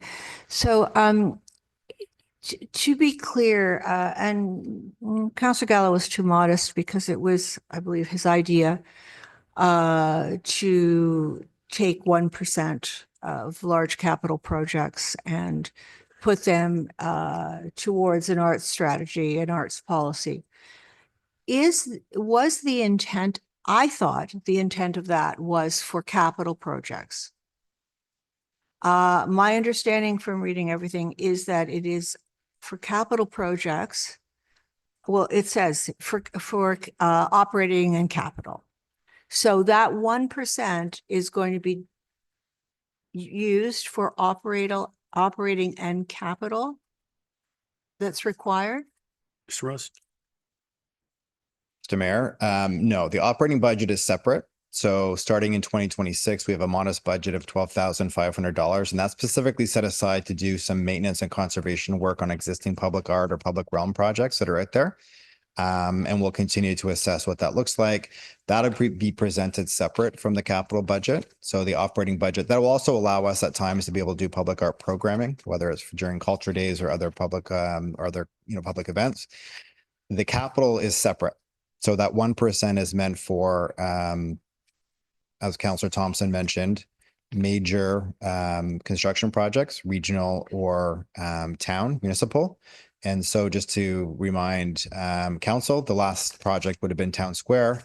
Prior to that would have been Fire Station 4-5 and then the Armory. So all 3 of those projects had 1% siphoned off from the construction budget, and that will be the strategy moving forward. I think we still have to define, and that's probably something that planning can help us with, what we consider significant or major capital projects, where that threshold is. But that 1% is separate from the operating budget. Yes. So thank you for that detailed explanation. Again, through you, Mr. Mayor. So when the strategy is talking about mentoring artists, I mean, it's talking about a lot of things that have nothing to do with capital. So that's part of the strategy, but where is that money going to come from? Rose. To Councillor Gartner, that money will be operating money. So again, we have the 12,500 right now. That's for maintenance and conservation, but we will be incorporating public art type of initiatives into from our operating budget. We also have our cultural planning budget. And so the cultural planning budget was a capital project, and now it's been moved over to operating. So we have $50,000 annually to implement the cultural plan. The cultural plan and the public art strategy and the public art policy are all sort of, they all speak to each other. So some of the public art engagement work that we're going to be doing, we'll be using the cultural planning operating dollars to do so. Councillor. Thank you.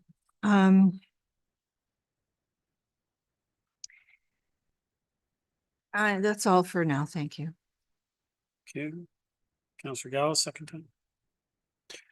Thank you. I don't know if Mr. Rose will be around later when the actual report comes to us. So I'll ask it now. In terms of, to me, the waters are a little bit muddied when we add, and I'm a big advocate, by the way, of mentoring and that whole aspect. I just don't see it in a public art policy. I see it somewhere else, and I would love to see it somewhere else, particularly on the operating side. To me, this is a capital expenditure. The funds are meant to implement public art, not necessarily an offshoot on how do we mentor artists in order to accomplish this.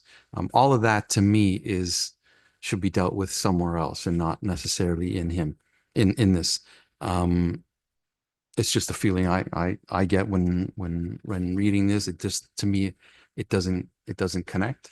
Notwithstanding the fact that I am fully in support of doing that, and putting money towards accomplishing that. It just, to me, doesn't fit into this particular policy. Maybe you want to, Okay. through you, Mr. Mayor. Council, I just want to make sure everyone's clear, because I might have heard you wrong.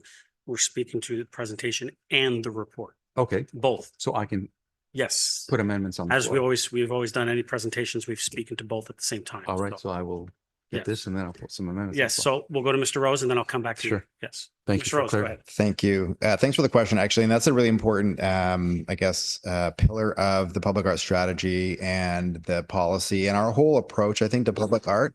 What we've heard through the process and what you've seen oftentimes in larger urban centers like Toronto and otherwise, that public art project is very top down, and it's very much dictated by the municipality to say, you know, thou shalt put a, you know, sculpture over here, and it's going to be typically by, you know, renowned artists. A lot more municipalities are moving into trying to see the public art process as more as a conversation and a dialogue with the community. The mentorship piece is part of that. So it's less about not less, I shouldn't say less. It's not only about the finished product of having a mural or a sculpture in the community. It's also about supporting our local artistic community and having that conversation with them. So the public art process for us is just as important as the process of getting the art made, and the process of supporting local artists in our mind is just as important as actually the finished product. So we want to use the public art project or public art portfolio here in Aurora to support burgeoning artists and see it as a way to incorporate those kind of lesser voices into the public art conversation. So it's not just focused on the more established artists in the community. Councillor. Okay. We may have a difference of opinion on how to achieve the same thing. In terms of authority, on page 3 of 7 of the report, it says, staff retain the authority to determine the applicability, suitability, and ultimate placement of public art within any of the 8 categories. So it's pretty clear in terms of who has the authority. On the next page, it says, even if a public art project is recommended by the panel, the Cultural Services Division and or Council may, at its discretion, not approve the selection. So there's a little bit of a fight in terms of who, or lack of clarity in terms of who's ultimately deciding. So through you, Mr. Mayor, I'd like to put at least an amendment, some type of an amendment to clarify that I believe council should have the ultimate decision-making on this. And my amendment would be that council shall retain the final authority to determine the applicability, suitability, and ultimate placement of public art within any of the 8 categories following review and recommendations by staff. Second. Councillor Gardner. Sorry, I didn't send that beforehand, but it seemed pretty quick. And say it one more time, Councillor. That council shall retain the final authority to determine the applicability, suitability, and ultimate placement of public art within any of the 8 categories following review and recommendations by staff.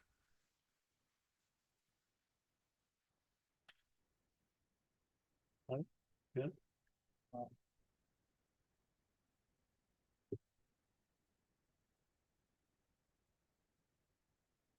We'll get it up to the amendment. Councillor Gallo, did you want to speak to the amendment or just it speaks for itself? I think it speaks for itself. I Okay. think we should have, I mean, I'm not scared of making decisions and having that kind of feedback, but I think we should be, we're elected to be part of this, of every process that the town has. And this, to me, is a big deal. And a lot of work has been put into this. So I think we should be an integral part of that decision making. Any other comments, questions to the amendment? Otherwise, we'll wait for it to come up and I'll call a vote. Yeah, we'll get it cleaned up. Councillor Gallo, just tell me if that's correct so that I can get the clerk to fix any issues on that.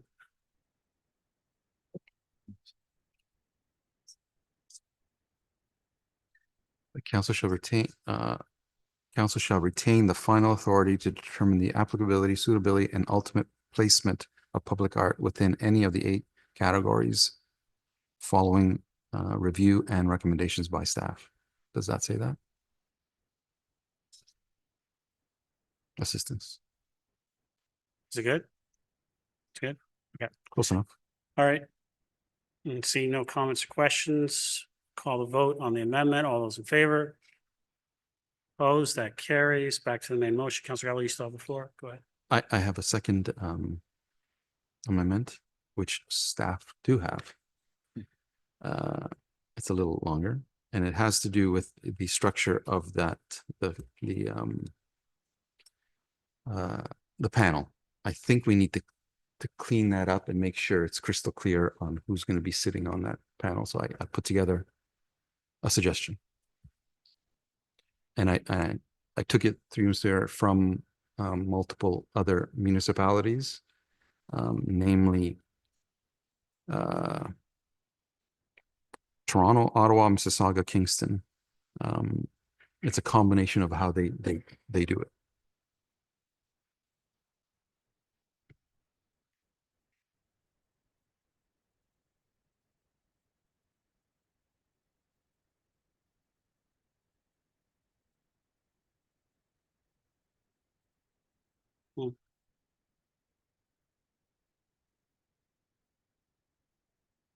Ladies, if you want to sit down, and if we have a question, I'll direct it to your way. That way you don't have to stand there and. Although we'll keep Phil standing though.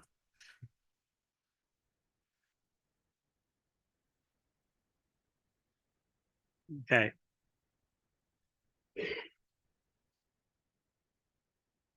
Now, Mr. Mayor, there's only one, there's not just one, but there's any area that we could amend this.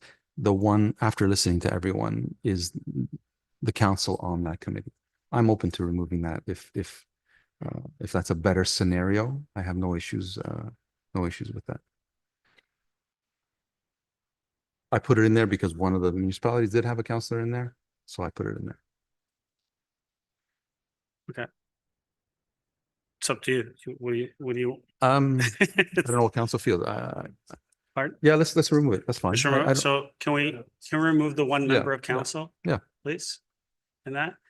Okay, so I'm assuming you want to move that amendment. That's what you said. Yes. Yes. Do I have a seconder on that?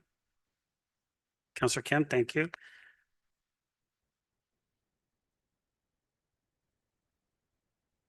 Any comments or questions to the amendment? Councillor Gallo, you can start if you want your amendment. It's pretty straightforward. It's to it's taken from a lot from the actual report. I just really I guess made it unequivocal of who's on there and who should be on there. 2 art professionals, 1 design professional, 1 community representative. I think that was kind of missing. That I really want to see a community at large person on the committee. Although it said it, it wasn't enshrined anywhere. And then staff, a non-voting member of staff. Thank you, Councillor. Any comments or questions to the amendment? Councillor Garner. I like it, but I'd like to add that it go to the Accessibility Advisory Committee, I think should be able to comment on this, or the accessibility advisor. So maybe as a staff liaison, maybe not the main staff representing the committee, but and we're talking about diversity and inclusion, et cetera, et cetera. So I see Greg sitting in the audience. He's not nodding his head in either direction, but I think that would be good. And anything that's in the Heritage District, I think it should also go to that committee. Councillor Gallo, are you okay with that?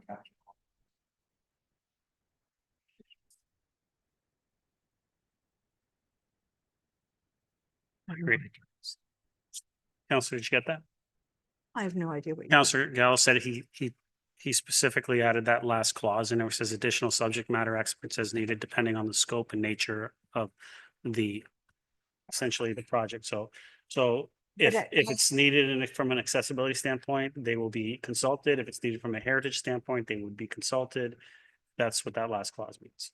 Could it just be additional subject matter experts as needed, including staff, including appropriate staff? Or does it say staff? That's what it means, Councillor. That's not what it says.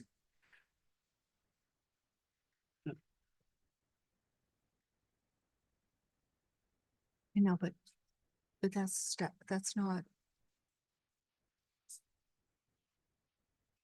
I think it needs to be said if we're going to be talking about accessibility, etc. The accessibility advisor needs to be consulted whether or not he wants to take it to his committee. That's something else. But definitely with respect to heritage, if it's in the Heritage District, which I doubt will happen, but I think that's an important thing to add.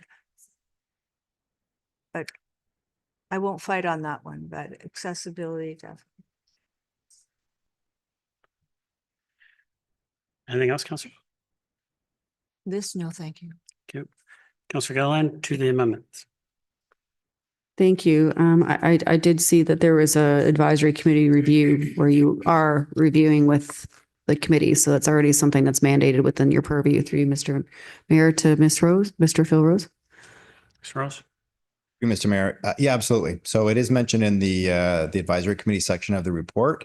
There's a bunch of committees that we would talk to. If it was Fleury Park, for example, Parks and Rec Advisory Committee, we didn't get that prescriptive, but there are a couple points in the policy where it says we would have a sort of a cross-departmental, cross-divisional approach.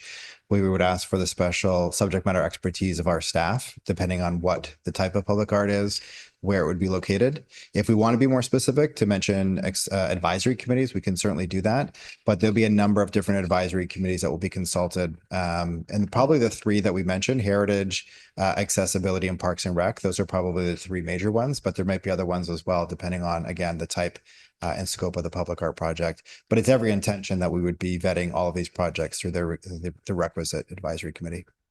Council. Thank you. So it could say additional subject matter experts and committees as needed, just to kind of broaden that scope kind of thing. And that might be something we could add. Okay, we'll get to that.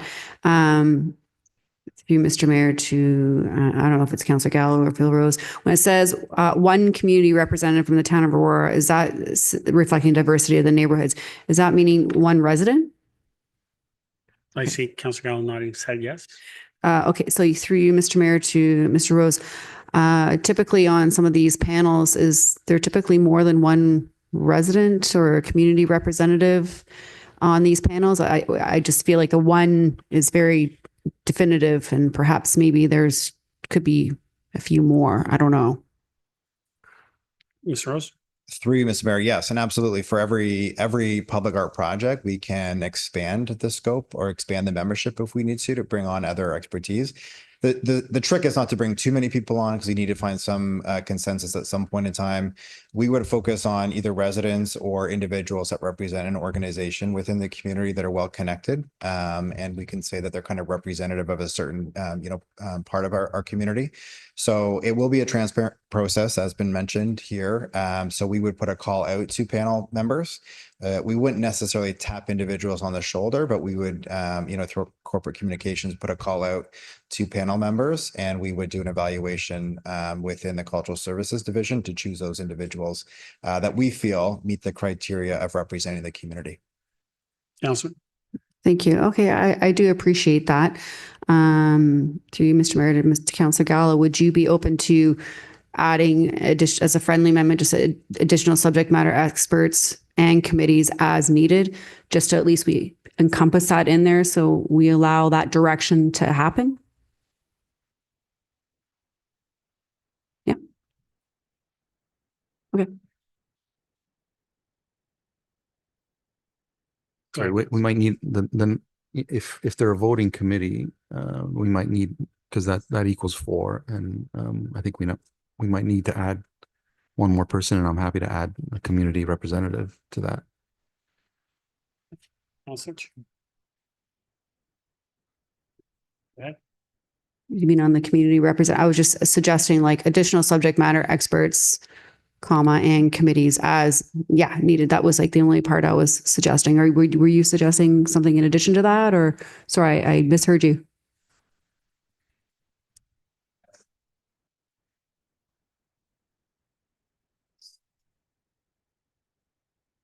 Mr. Clerk. I see 5, but One non-voting, the last one non-voting Non-voting. staff. Yeah. Do we need an odd number of voting members on a committee? it's up to council. I think we've had committees that have been even. Doesn't matter. That's fine. Yeah. Doesn't matter. Then we'll just add.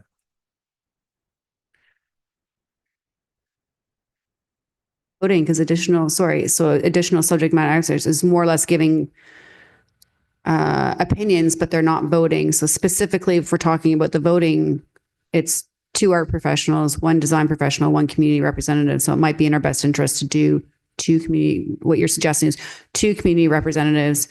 All the other input would be non-voting. So through you, Mr. Mayor, to Councillor Gallo, then the additional subject matter experts and committee are just getting feedback and support within the project, but they're non-voting. Is that how I'm understanding the intent of the amendment? Councillor Gallo.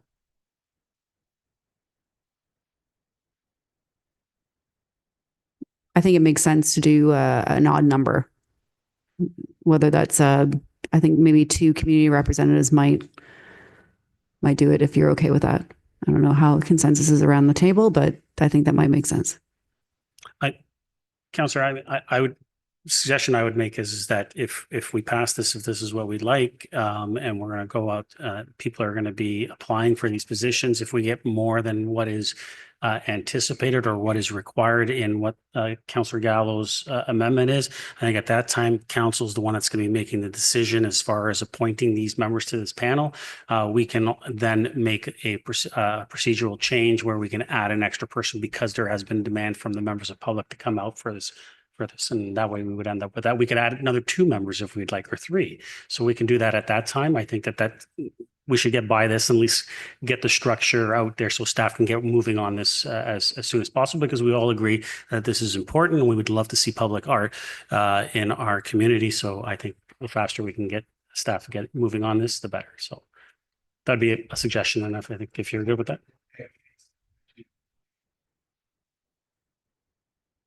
We could change it if there's a lineup of people want to participate. So absolutely. Make it 2 community representatives, please. Thank you.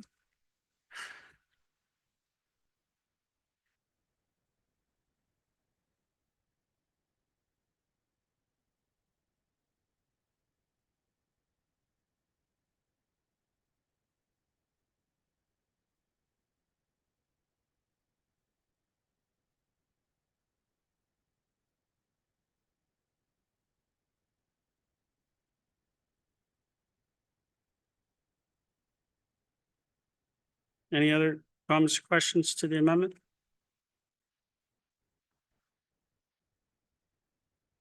Go ahead, Councillor.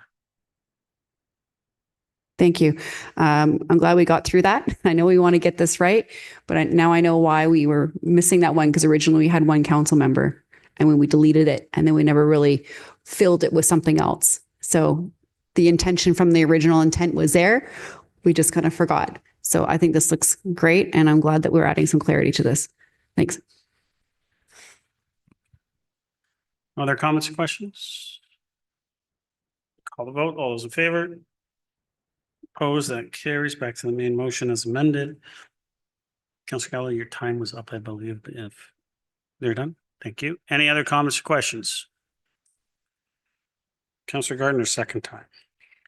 Thank you. Mr. Rose, is the art working group the same as the selection committee? If not, how is it different? Mr. Rose? Through Mr. Mayor, to Councillor Gardner, could you just point me to what page you're referring to, Councillor Gardner? I have page 15, but I couldn't see the pages most of the time.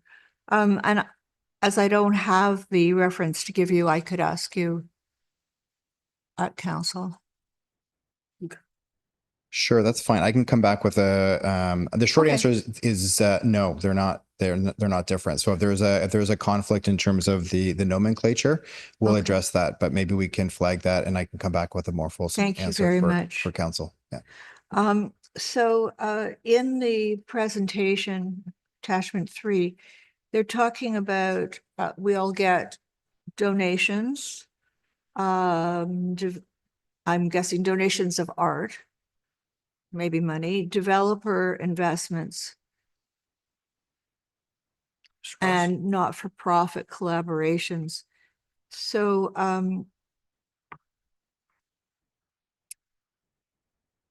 council, it says that council is, well, it says the town in its sole discretion may decline gifts of public art, regardless of whether it meets the criteria or not.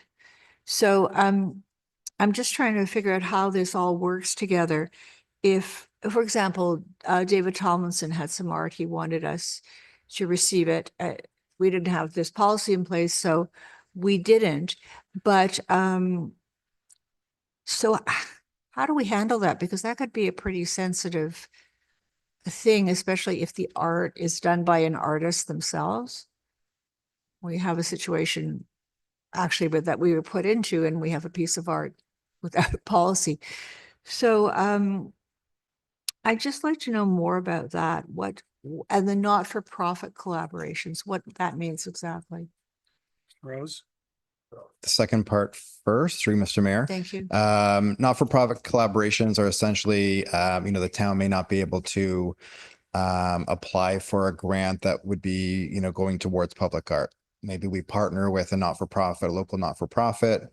Another example would be with the cultural center, also doing public realm initiatives and improvements. You saw the bell boxes, that was a project that they did. The town might be able to support that through a partnership, whatever that might look like, whether it's providing permits, in-kind support. Those are the types of partnerships we envision.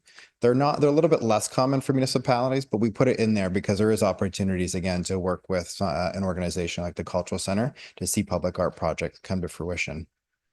Alison? And with the not-for-profit collaborations, it would still be the town or the council that makes a decision. Through you, Mr. Mayor, yes, that's correct. If it would be deemed a public art project funded by the municipality, in some capacity, it would probably go through that process. So again, those are probably more anomalies, but we wanted to keep that opportunity there. Not-for-profits such as the Cultural Center have important roles to play when it comes to public art. So we wanted to make sure that the partnership opportunity was spelled out in black and white. But again, the first two funding options or acquisition options are going to be the main ones that we pursue. Councillor? Thank you. Thank you.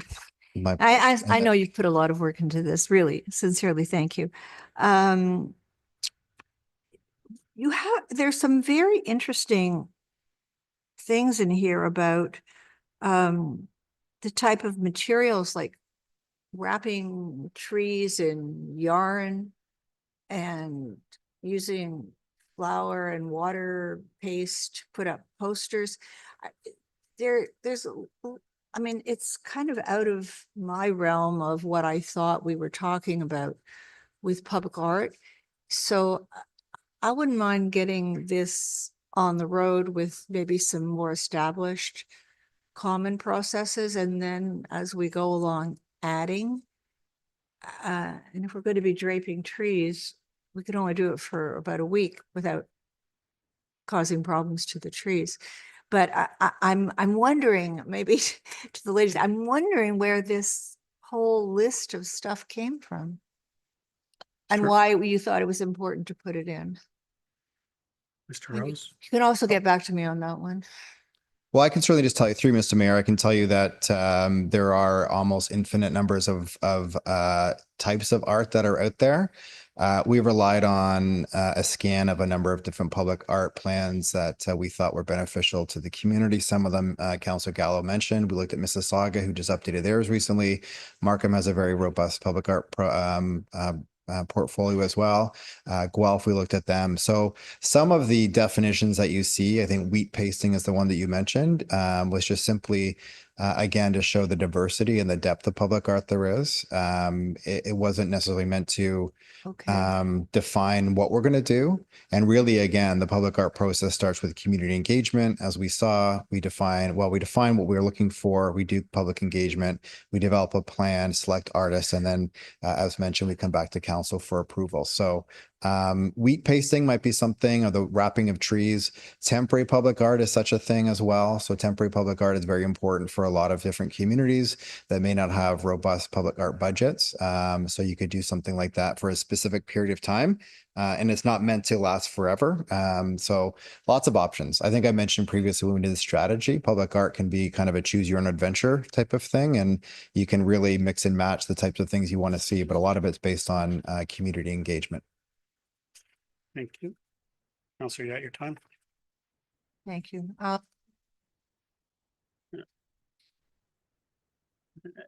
Any other comments or questions?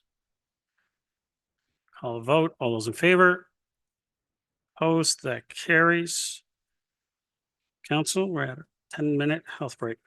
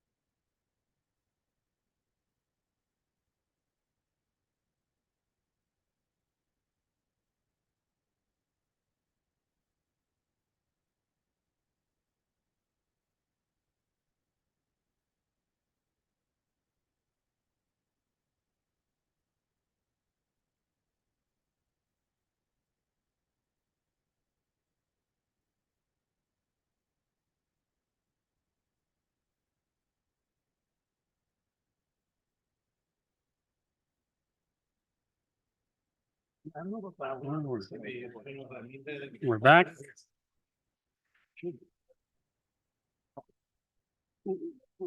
Move to 9.2.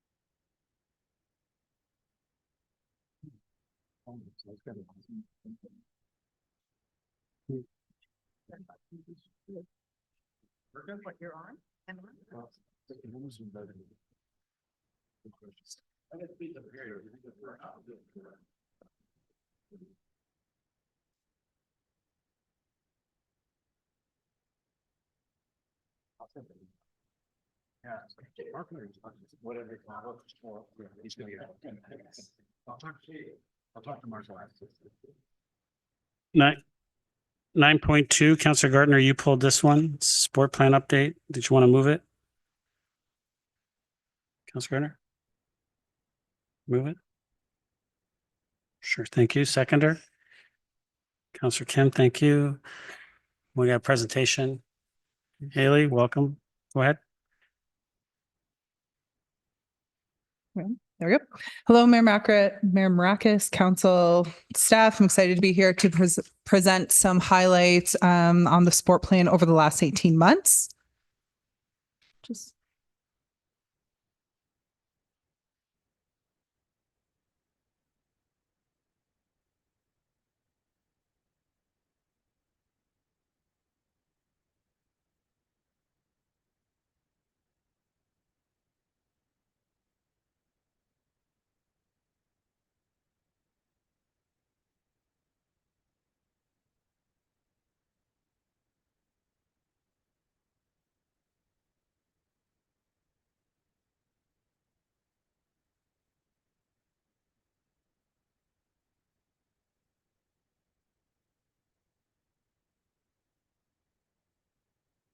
Thank you.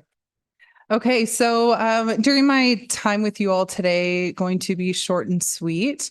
I'm going to be focusing on two main areas. The first being community initiatives, choosing to focus on the mental health and sport series that we launched, National Accessibility Week, Sports Fest, and Unity on Canvas. And then the secondary area that I'm choosing to focus on is the working groups that we've launched after the ratification of the sport plan update. So to kick things off nice and strong, through the sport plan, we launched the first ever mental health and sport series, the first of its kind, not only in York Region, but across Ontario and across Canada. We partnered with CMHA, or Canadian Mental Health Association, as well as with the Junior A Tigers. And what this was is we really heard from our local sporting organizations that we needed to focus more on mental health. And so we wanted to give tools to caregivers, coaches, parents, and athletes on give them tools around mental health topics. So we supported the development of communication skills, how to build resilience in themselves and others. The feedback from the series was very positive. Participants are eager to see more supports around mental health. So we've taken that feedback and we'll be implementing it in the years to come under the sport plan. What I really want to point out in this is that the series, again, first of its kind, averaged 9 people per session, with the most popular sessions being supporting our youth, teen stress and anxiety, as well as social media and well-being. So those are going to be the main areas that we're going to continue to focus on around mental health and sport.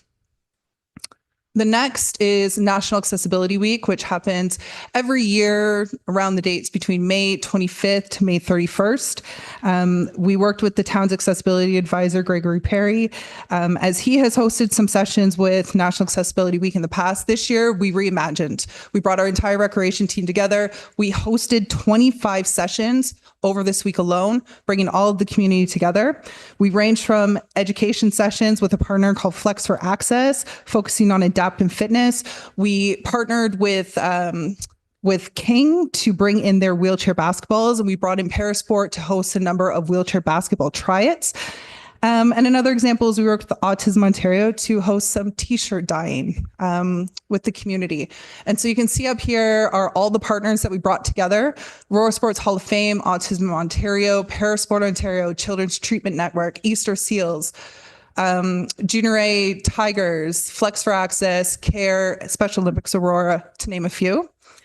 On May 31st, we brought everyone together, hosted a variety of tryouts in the gym, as well as some other art activities. And on that day alone, we saw over 600 people part of this activation coming in and out of the SARC. The next highlight is on August 30th, we hosted Sports Day Fest in partnership and following suit with Aurora Black Community Association. This is hopefully the first of many. Thank you to Councillor Kim, Councillor Thompson for being around for that.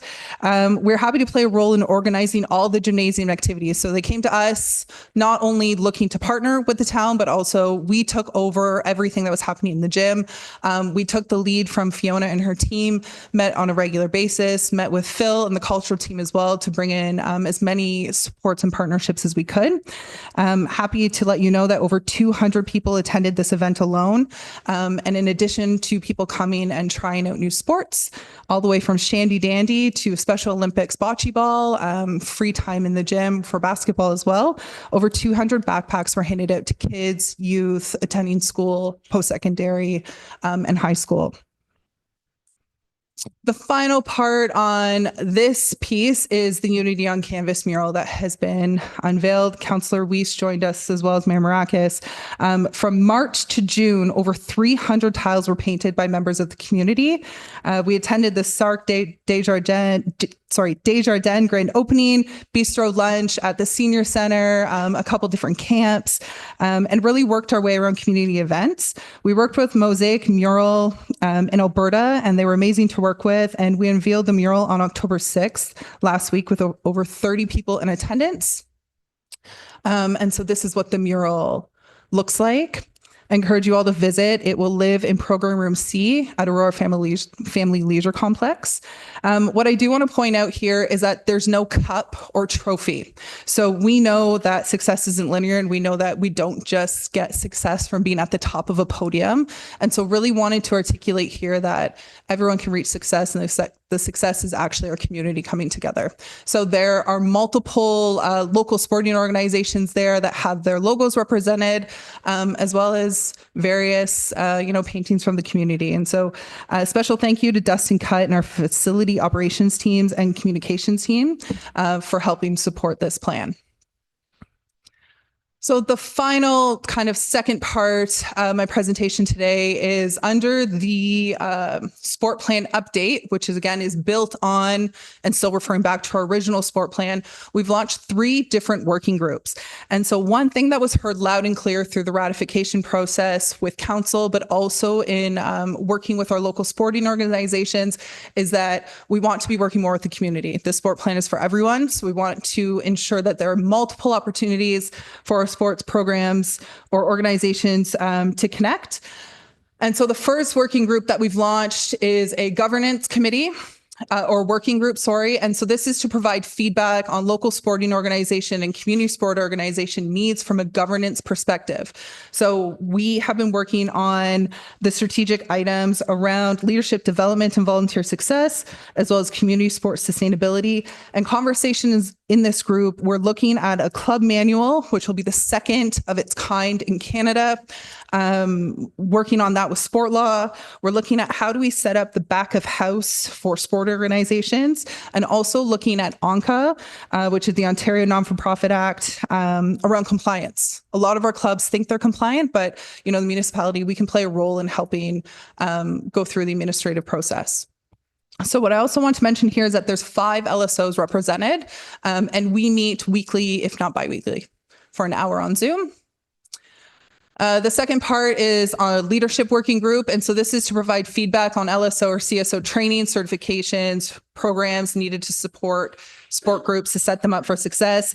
These types of conversations, we're looking at building a leadership in sport pathway. So if somebody's new to our community or new to sport and recreation, how do they get involved? Where do they start? So that when these individuals arrive or show up with our LSOs, they're coming with some experience and the certifications they need. So they're kind of getting a step up.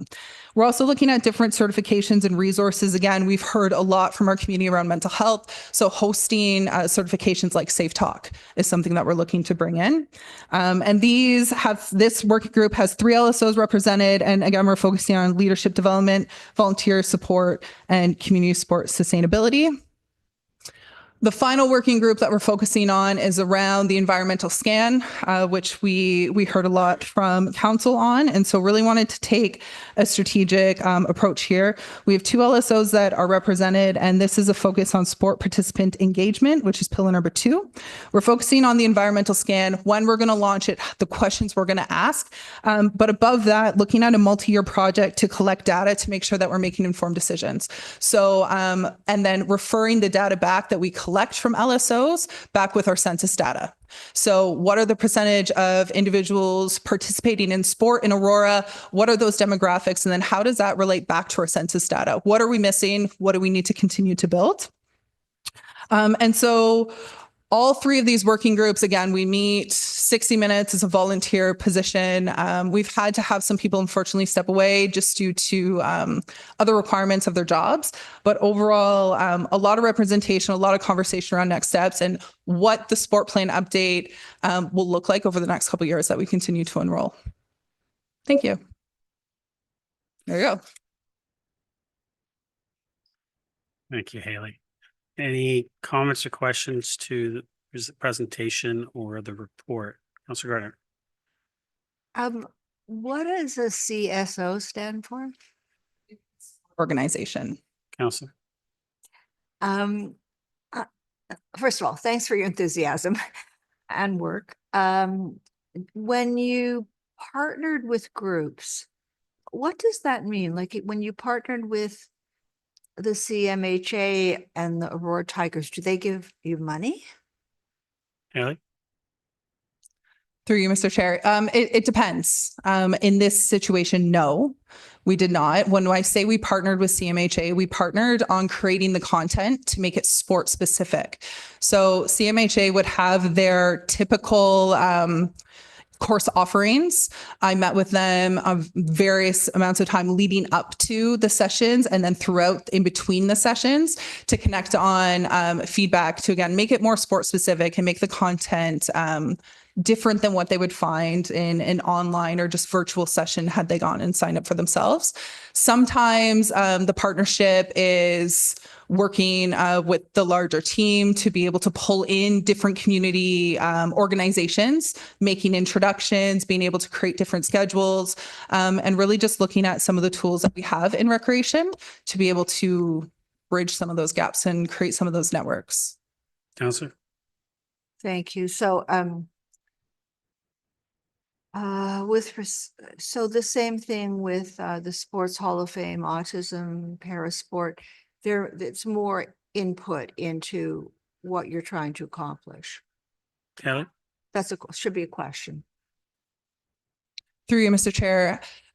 Yes, I think it's very specific given the initiative or the pillar or the deliverable that we're trying to hit. For the National Accessibility Week, partnering with Aurora Sports Hall of Fame, we provided the space, we provided the schedule, we provided all the administration background, all of the promotion, and they provided, they host and do an outstanding job with seated volleyball. So looking at a para sport. So they came in and ran the activation with their volunteers. And then we also had a community zone. So we offered table promotion opportunities at zero cost to community organizations to come and promote in alignment with National Accessibility Week. Councillor. Through you, Mr. Mayor. So, okay, so we're kind of doing a community service for these groups. We're not charging them, but we're giving them a venue. Do you have, like you did mention 600 people and 200 people, I read that in the paper, but do you have the number of people who've attended all these various things, and if they come from Aurora, if they come from out of town? Do you Yeah. have stats on that? Through you, Mr. Chair. We do have some statistics. A lot of these are drop-in or try-its. So we remove the barrier of registration by just asking people to come and participate. The ones that have registration, we do now ask where they're coming from. So some I would be able to pull the stats from, some we do not have those stats. And do we Council. charge, through you, Mr. Mayor, do we charge for any of these? Haley? Through you, Mr. Mayor. We do for some. Again, it's very specific. The only one that we charged for was the mental health and sport series. And it was not to make a profit. It was so that people would commit to showing up. Alison? Yeah. So it was $10 for all sessions, for example. Thank you, Mr. Mayor. That's all I have for today. Councillor Kim? Thank you, Mr. Mayor, and thank you, Haley, for delegating. It was a great presentation. A couple of the things that I'm really proud of and the people that I'm proud of are, our staff in sports and recreation and accessibility, as well as the communities in that area. I had the good fortune of serving on the accessibility committee in the first half, and Greg and the committee members there taught me an awful lot. And so going on to the sport plan, many municipalities treat Paralympics and parasports as a standalone, separate, and a siloed aspect, as opposed to kind of vertically and horizontally integrating it as part of the regular program. And part of the challenges that most municipalities have on that is the attitude, access, affordability, and availability. So in the future updates, is that something that's on the horizon for our sport plan? And as well, things like partnering with universities and colleges and high performance organizations, so that we can really kind of highlight, the sports and accessibility community here in Aurora. Haley? Through you, Mr. Mayor. Yes, thank you, Councillor Kim. We absolutely have plans to continue with sport at all different levels. So all from high performance to grassroots, but also for everybody, quite literally. And so my relationship with Gregory Perry has continued to develop. So we have a lot of conversations around how do we take accessible sport out of National Accessibility Week. And so things that we've been able to do would be an example on Sports Fest is we had the Special Olympics club organization there running bocce, right? So not only do those athletes and coaches have a home and have a space, but they know that they belong outside of May 25th to May 31st. Mm-hmm. There are a lot of conversations that are also happening with Flex for Access around information around adaptive fitness. So if there is an individual who uses a mobility device, how do they access our fitness center? But above that, how do we make sure that the people around them understand the different strategies, the different tools, the different equipment. So there's a lot of conversations happening behind the scenes right now. I will also say that through the sport plan, we've been able to make some outstanding relationships. So not only with Para Ontario or Parasport Ontario, also with the national sporting organizations and provincial sporting organizations who are really starting to see Aurora as a sport tourism hub, and not only for high performance sport, but again, all different levels and areas. So a lot of exciting conversations happening there. And, conversations around what can we host with what we have. And so that might not be a nationals, but that could also look like hosting ID camps. And I know wheelchair basketball, for example, is looking for communities to host different try-its and different opportunities like that. Sledge hockey, same thing. And we have those relationships now at the national and provincial levels. Councillor. Wonderful. Thank you. And keep up the great work. Thank you. Any other comments or questions?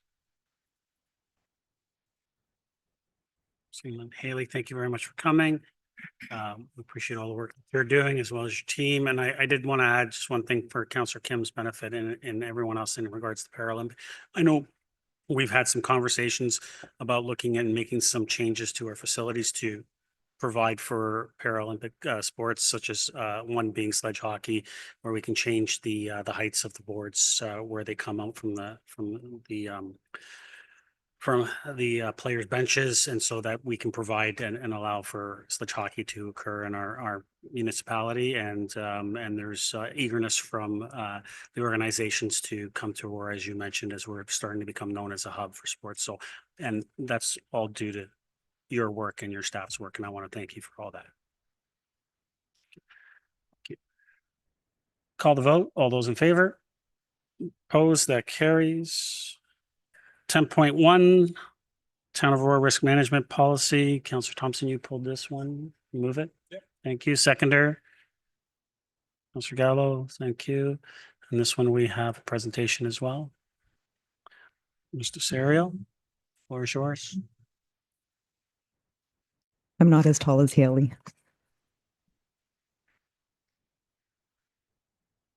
Good evening, Mr. Mayor and members of council.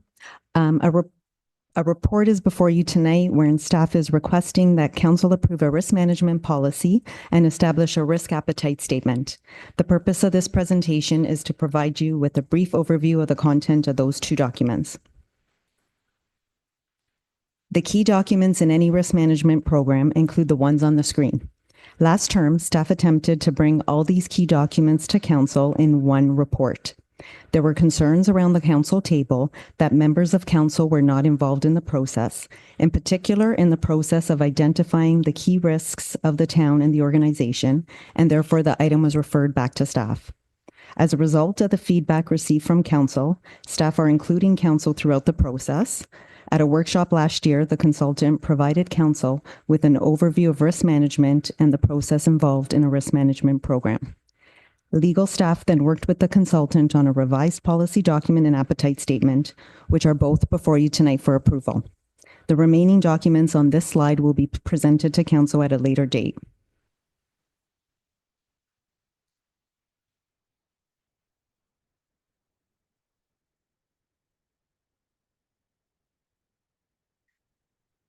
First, I was going to talk about an overview of the risk management policy. The purpose of having a policy is to encourage the integration of risk management at all levels of town operations, to establish a structured approach for identifying, evaluating, and managing the risks that could prevent the town from achieving its strategic and operational goals, and to promote proactive risk management, enhance decision-making, protect assets, ensure compliance with legal and regulatory requirements, and foster an environment of accountability and resilience throughout the organization. The risk management policy will apply to all staff and elected officials. And essentially, the policy statement is that the town will adopt best practices to identify, evaluate, and manage both operational risks and corporate risks to ensure that these risks are appropriately mitigated or exploited.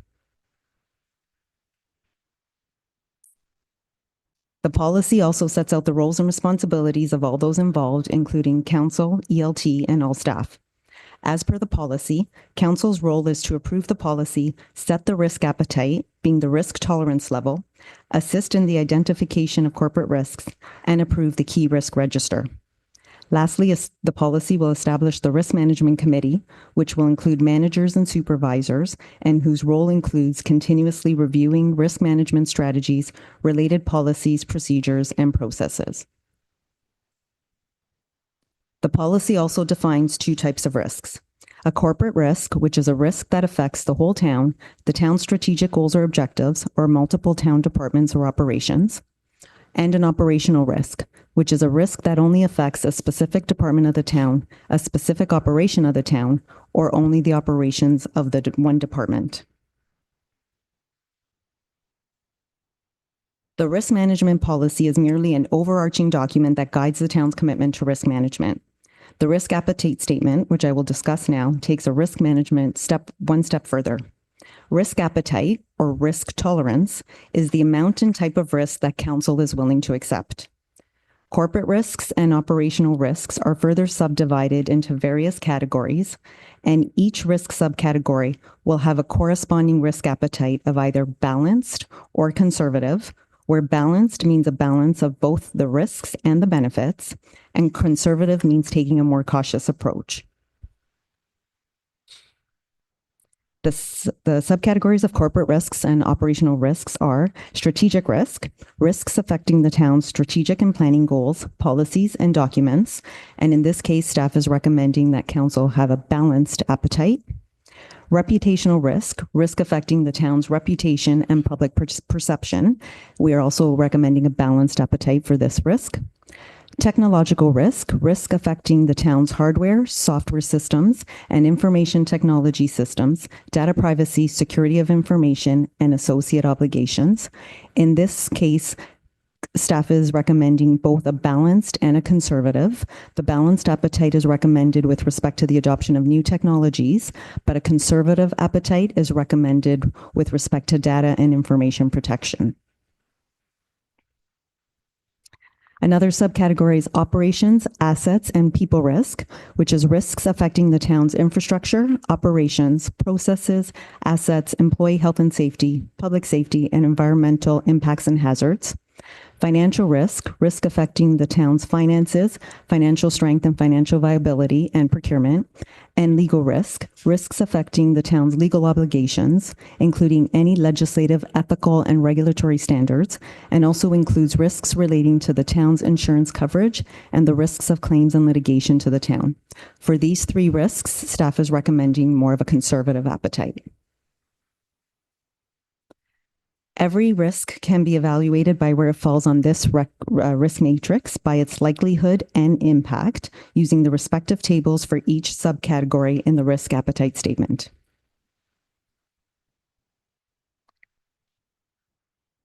When we're doing the analysis, if on the risk matrix, the analysis falls in the green zone, no approvals are required and staff may proceed. If it's in the yellow zone and it's a balanced risk appetite, then the project or program may be undertaken. If it's a conservative risk appetite and it's an operational risk, so again, one that affects the town operations, approval by the risk management committee would be required. And if it's a conservative risk appetite, but it's a corporate risk, then approval by ELT would be required. If anything falls in the red zone, then approval by council is required. Some important points to note on this approval process. First, the subcategory with the highest impact would be used for the approval, so that if some risks fall in the green zone, yet one risk falls in the red zone, council approval would be required despite some of the risks falling in the green zone. Second, this approval process works together with other approval processes at the town. It does not override any other approval process, meaning that if a project requires council approval in general, example, maybe because funding is required, but under the appetite statement, the project somehow falls in the green zone, then council approval for the project would still be required. And lastly, there are some plans that already have risk management models embedded into it, such as the asset management plan. Any decisions made under that plan include a risk assessment that is very similar to the risk appetite statement and are therefore the risk management policy doesn't apply to those. In terms of next steps, if council approves the policy and sets the risk appetite statement tonight, staff will finalize the risk management framework and provide it to the CAO for approval. The consultant will then interview key staff and all members of council to obtain input into the key risks. A key register will be established and will be brought to council for council approval. And following this, risk mitigation plans will be prepared for approval by the appropriate approval authority, depending upon whether the risk is a corporate risk or an operational risk. Thank you, and I would be pleased to answer any questions, and Slav is here in the event I need help. Thank you. Any comments, questions to the presentation or the report? Mr. Thompson, you moved it. Go ahead. Pardon? I know, but you moved it, so I'm going to go to you first. Through you to Mr. Serio. Mr. Serio, thank you very much for the presentation, and I did have a brief conversation with you. I'm still trying to, when we talk about approving our risk appetite, we're labeling it as either a balanced approach or conservative approach. They're fairly broad statements. You in the slide presentation, you talked a little bit about, a balance of both the risks and the benefits and a cautious approach. But I guess since everything falls out of whether we've labeled those strategic risks, either balanced or conservative approach, how we're going to implement things. I was wondering if we could get some examples between now and council in 2 weeks' time to get a better sense, at least for myself, about how we're actually implementing this strategy and this framework.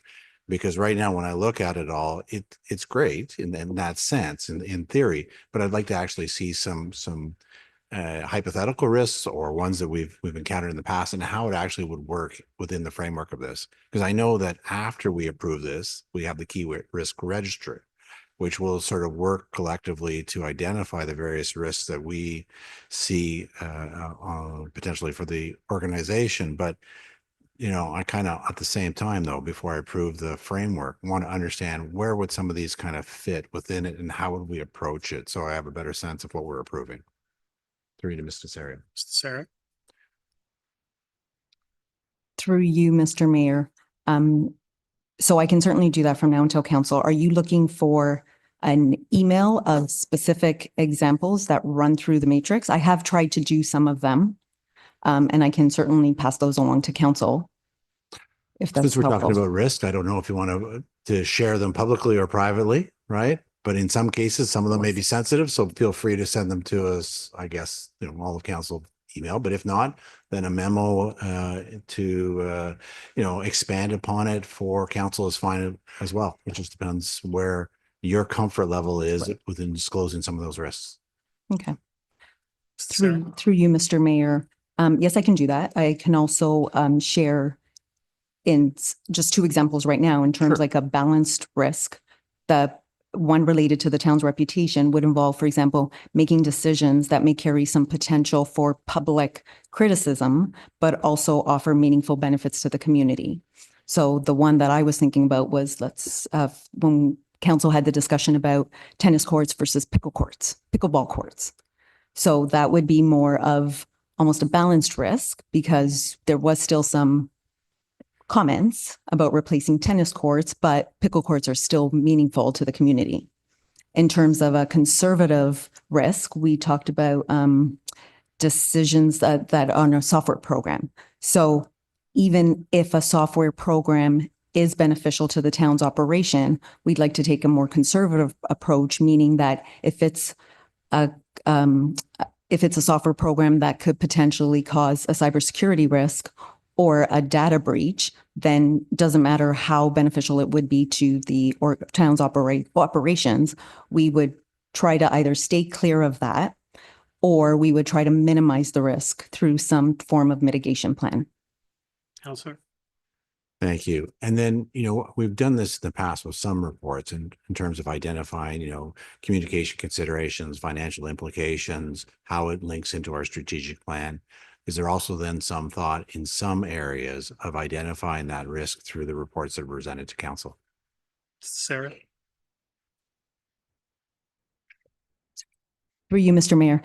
In effect, we actually do that every time under the legal, not every time, but in many cases under the legal considerations. We do take a risk management thought process when we're filling in legal considerations. Mm-hmm. We don't necessarily put it to the same wording as the policy, but in general, I would say that this policy is more formalizing what staff have already been in the process of doing anyway. Council.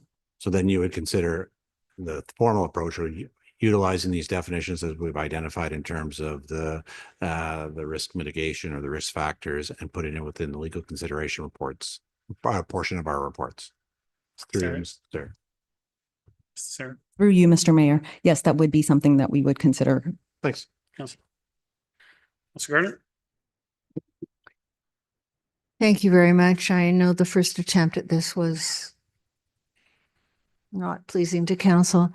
Under financial implication, so this there's $40,000 in the authority left as part of the 2025 budget. Are we going to need more money? Sarah? Through you, Mr. Mayor. Through you, Mr. Mayor, if council approves the policy and the risk appetite is set, we do want to have training for staff Yes. for the risk management policy. So there would be money for that. We would also have to revise some of our policies.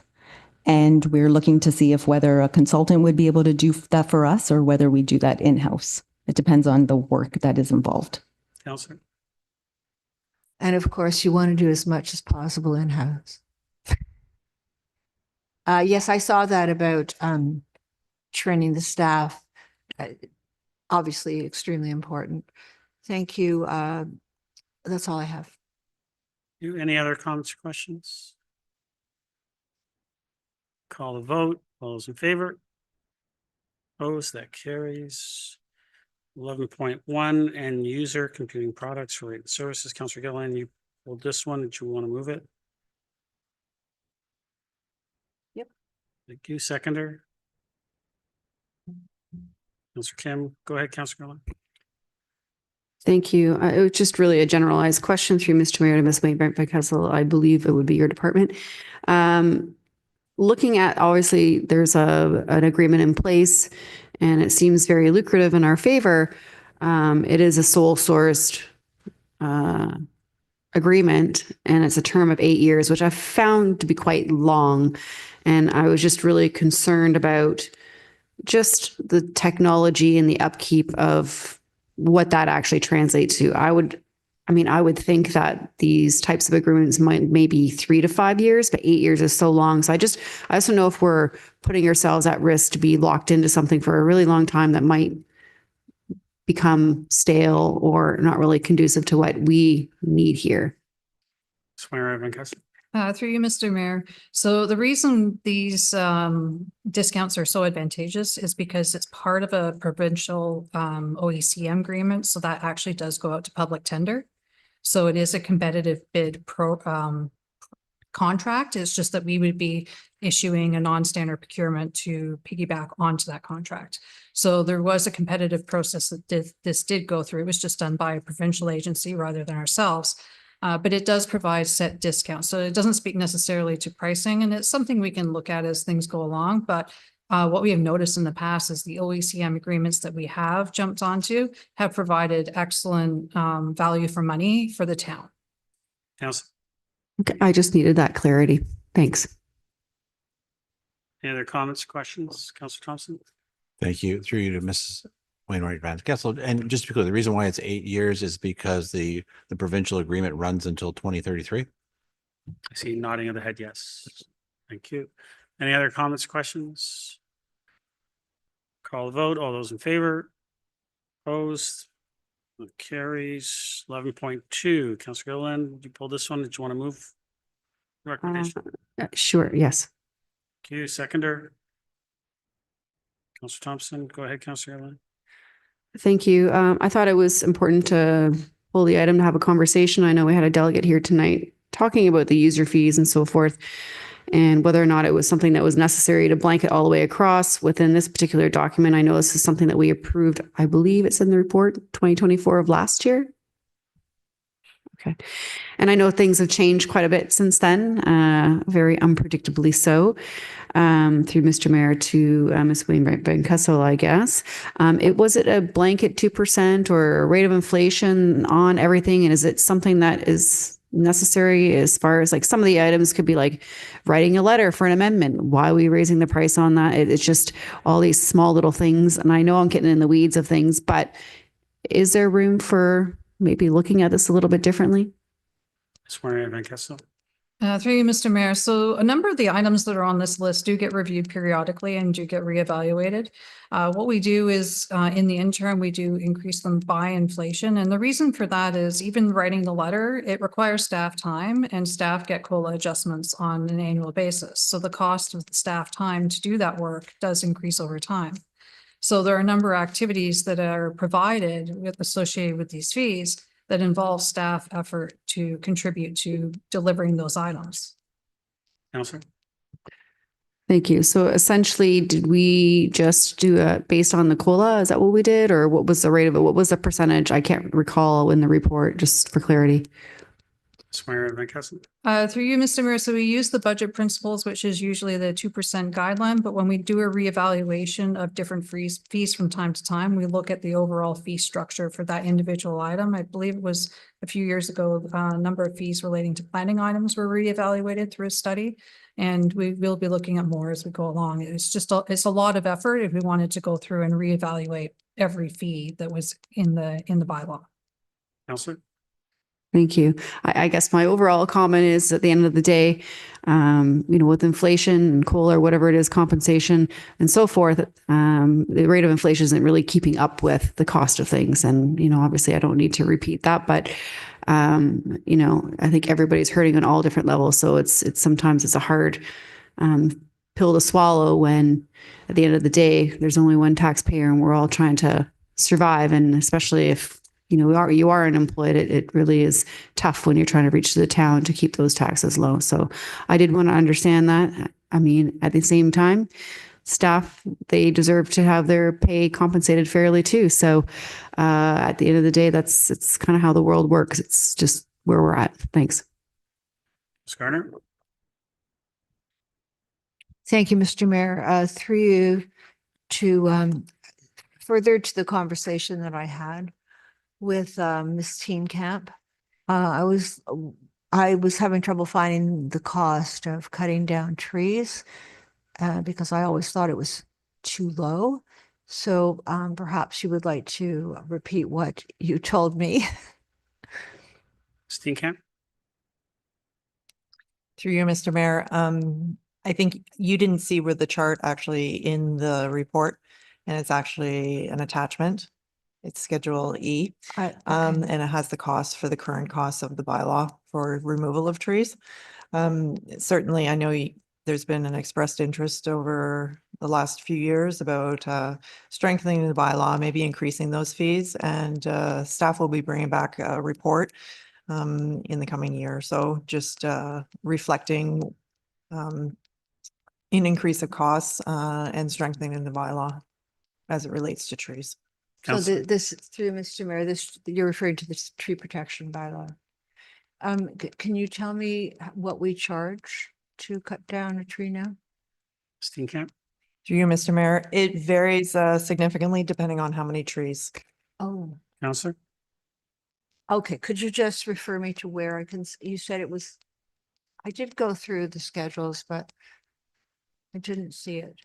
In the report, it's attachment 5, I believe, and it's Schedule E, operational services. Thank you very much. Councillor. That's all, Mr. Mayor. Thank you. Thank you. Any other comments, questions?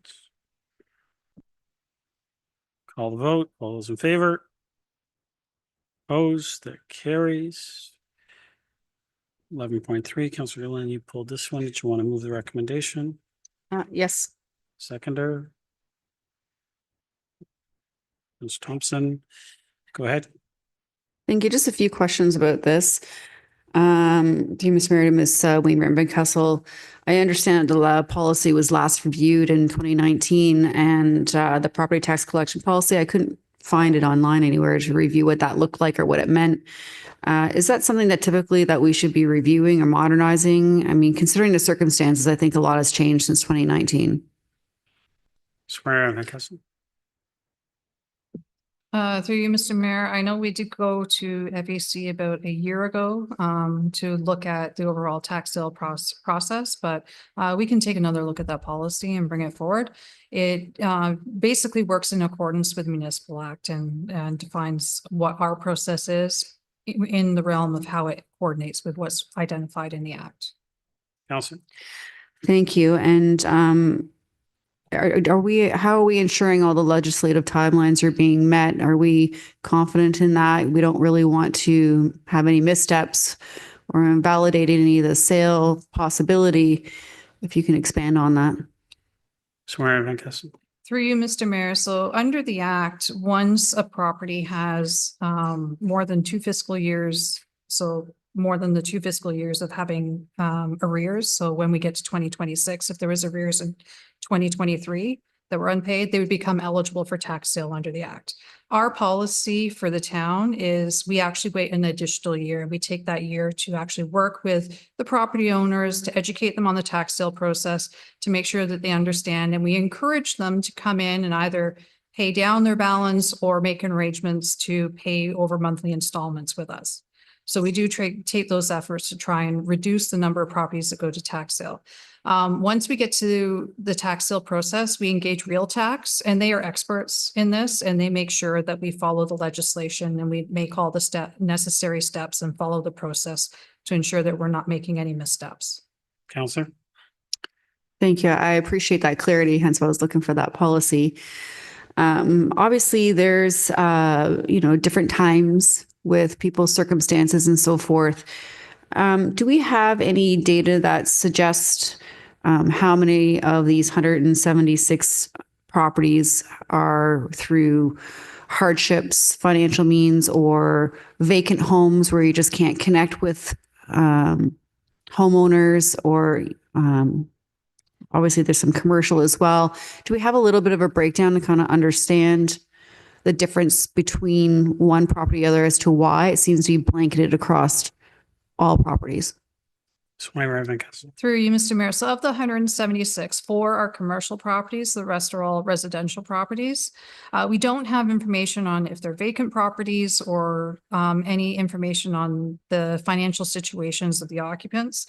But all of these properties have tax balances that extend back to 2022.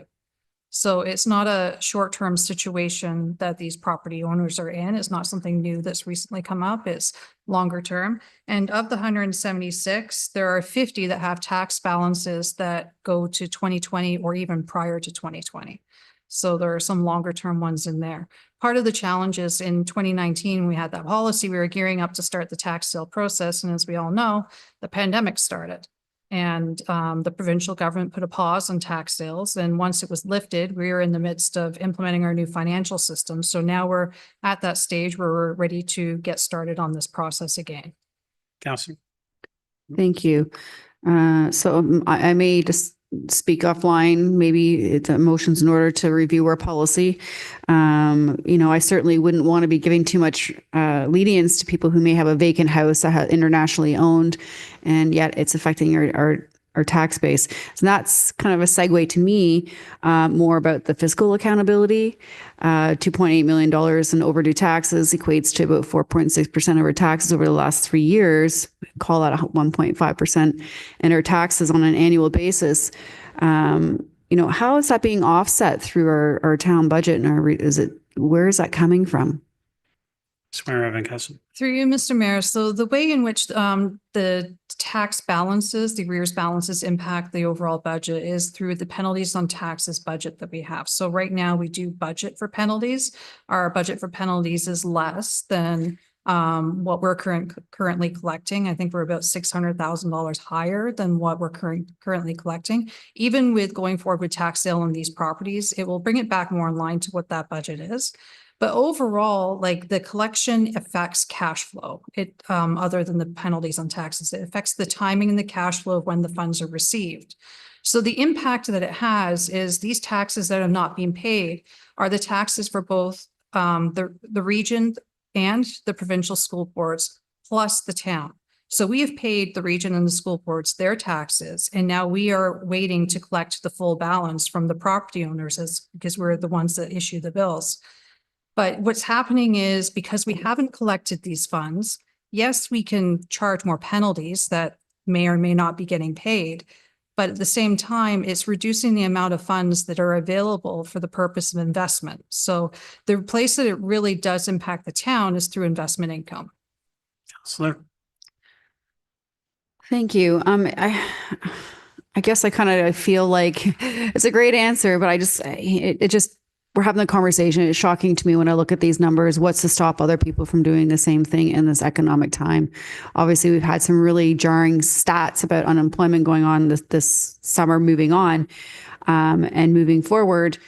It would be interesting to know some historical data as far as how many taxes are in arrears. So we have this data now, but the 176 and the 4 commercial, but it'd be interesting to see how that's progressed in the last 10 years? And are we seeing a significant rise of this happening?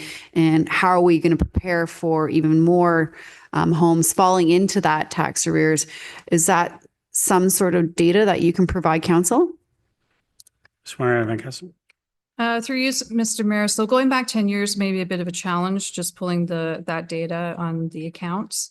But when we look at what we have right now for the balances for the accounts that are eligible, 20 have balances from 2020 and earlier. We've got 93 that have balances that start in 2021 or earlier, and 176 in 2022. There are more in the current years, but we're still actively working on collections, and those will come down over time. The other piece is, as soon as we start this tax sale process, not all these properties go to tax sale. It's very, very rare a property actually gets to tax sale, because a big part of the process is the property owners and the lien holders will get notified that their balance is due, and they have about a year to be able to pay off that balance before it would get to that point. Typically, you get 80% of the payments in right away, because the mortgage companies that are on as a lien holder, they pay them. They pay because they would rather pay the taxes and then add it to their mortgages. Alison. Thank you, through Mr. Mayor, to Ms. Wainwright Bencuzzle. In your opinion, just over the last, say, call it 4 years of this pandemic era, have you seen a significant increase in this type of arrears? Through Ms. Mayor, more anecdotally, we did see a bit of an increase during the pandemic itself, but we have worked a lot on our collections, and we have brought some of that down. We have done a lot of effort to bring down the outstanding balances. It's just that some of these are still lingering, and like these 176 accounts, there's a wide variety in balances here as well. So, and it depends on the value of the property for the taxes outstanding. Okay. I appreciate that. I have some other questions. I think I'm going to save it for offline. I'm going to move along. Thanks. Councillor Gardner. Thank you, through you, Mr. Mayor. I think I've answered my question, but in the legal considerations, because with your answer to Councillor Gilliland, if the mortgage company pays, our taxpayer is actually losing in this case. And I know some people are in a very difficult situation. I've been there myself, but the taxpayer shouldn't take that loss. So we have to stick to the rules, and the rules are in time segments. Like, we couldn't do the same process, but do it in a shorter time frame, through Mr. Mayor? No, I'm not being clear. Ms. Wainwright Bencuzzle. Through you, Mr. Mayor. So once we start the tax sale process, the time periods are fairly specific on what must be followed and the steps that must be followed. But before we get to that point, we do spend a lot of effort in trying to get people to come in and make payment arrangements and pay off their balances. So we are talking about property owners that haven't been paying their taxes for 3 years at this point. And some of them have not been paying their water bills as well, and water bills have been transferred to the taxes. So that's part of what's contributing to this. Councillor. But we have no choice but to follow what's set out in the municipal act, the time frames. Yes, that's correct. Thank you. Councillor. That's all. Thank you. Any other comments or questions? Call the vote. All those in favor? Opposed? Carries. 13.1, Councillor Thompson, you pulled this. Did you want to move the recommendation? Yep. Seconder. Councillor Gardner. Councillor Thompson, go ahead. Thank you. Through you to either Christine Camp or Mrs. Wainwright Bencuzzle. In the financial plan on page 8, Appendix A, the financial tables, Table 3 specifically, the statement of operations says the wholesale purchase of water, and it lists the what we are budgeting for in terms of costs over the next number of years, and the year-over-year increase is 3.3%. Some of us around this table have been around long enough to know that when it came to buying water from the region, they were increasing it from 6, 7, 8, 9, 10% year over year for a period of time. And so I just want to know whether or not, we think that 3.3% increase year over year, that we're comfortable, or that's, a sustainable number. Swear, Van Kessel. Through you, Mr. Mayor. So I was around the regions table at the time, working at the region when those percentage increases were in place. And part of what they were trying to establish was getting the financially sustainable water budgets. Part of that included ensuring that they were only issuing debt that was related to growth. So that would be DC funded debt, and not issuing debt against the water rates themselves. And then also making sure that the long-term financial sustainability was there as well, to make sure that they could pay for their asset management obligations. So the council at the time had approved a multi-year 9% increase. I think it was six years of 9% that got approved. And then after that, the plan dictated that it would then drop down, because those larger increases were to establish those financial objectives, and it would get onto a more steady state of moving forward after that, which is why the 3.3% seems much more reasonable going forward. Alison. Great. And I just also wanted just to call it out, because I know every year people obviously are concerned about the increase in water costs, but the water that we get from the region, it automatically has an increase, and to some degree we try and mitigate it, but inevitably it gets passed on. Any other comments, questions? Call the vote. All those in favor? Opposed? That carries. 15.1, Councillor Kim's motion. Councillor Gilliland, you pulled this. Did you want to move it? Right? What, you pulled it? 15.1.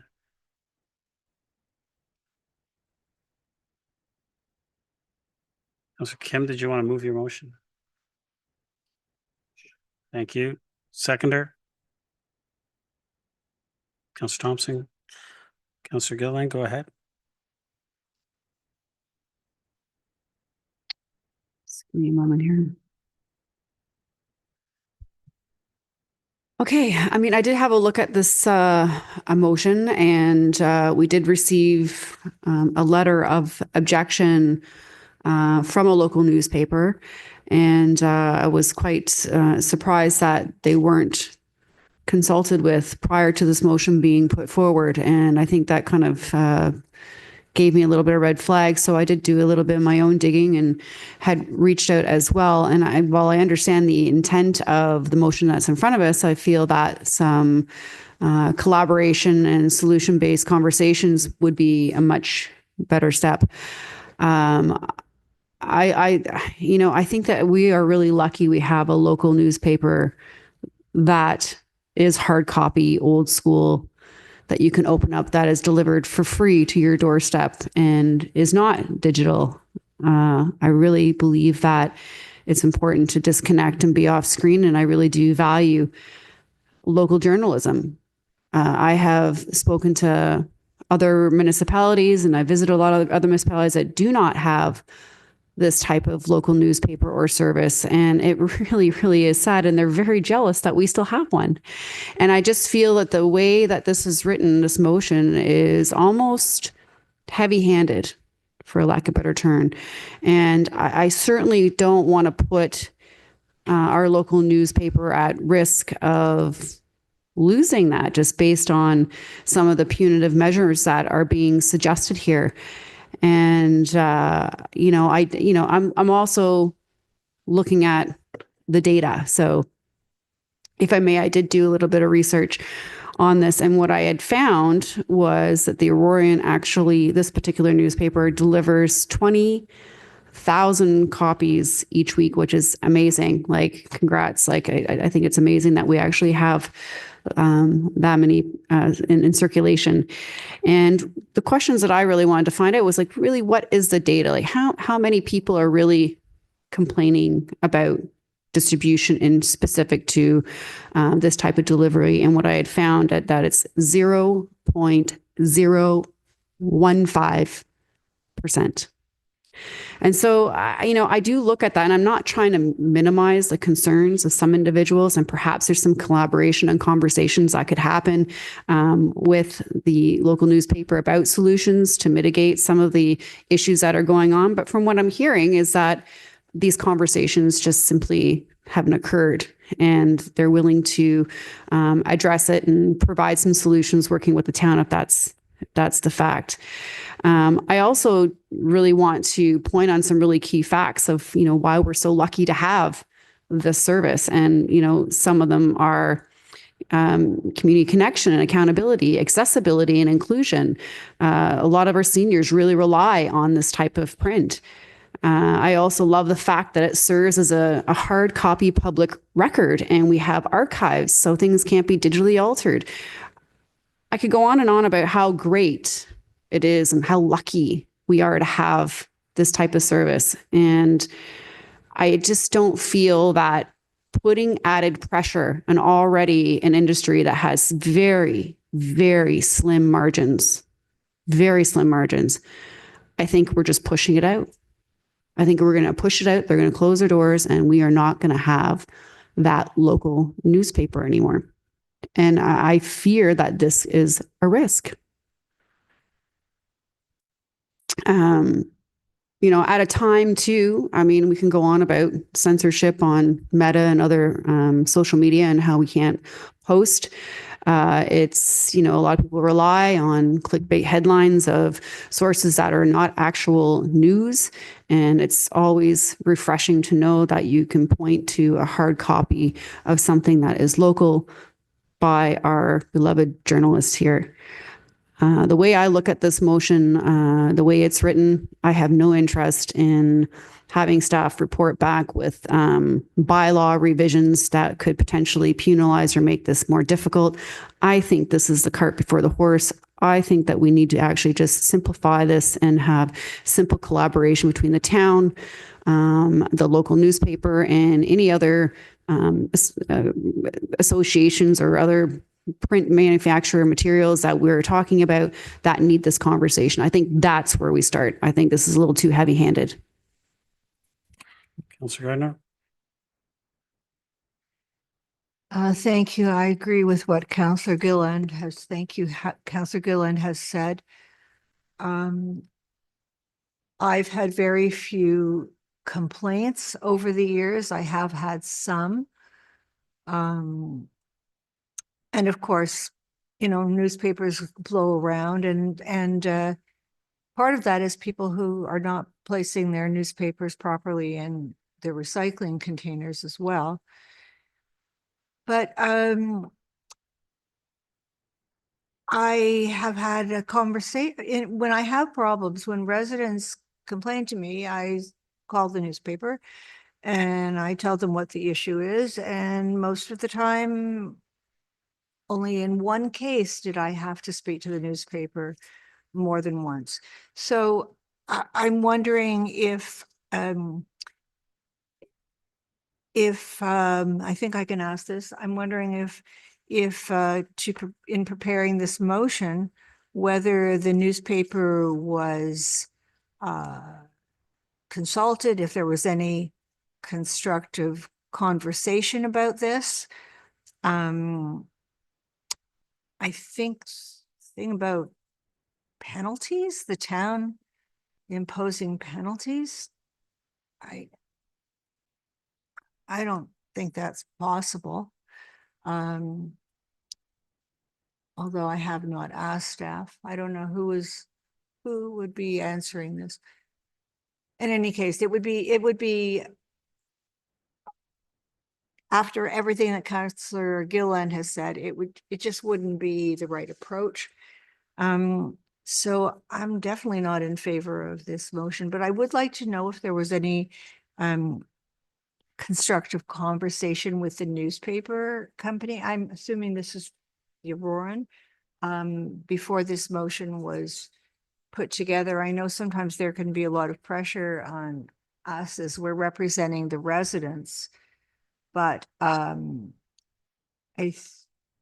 would like to know if I would think it would have been appropriate to have a conversation with the editor or the owner of the newspaper in question.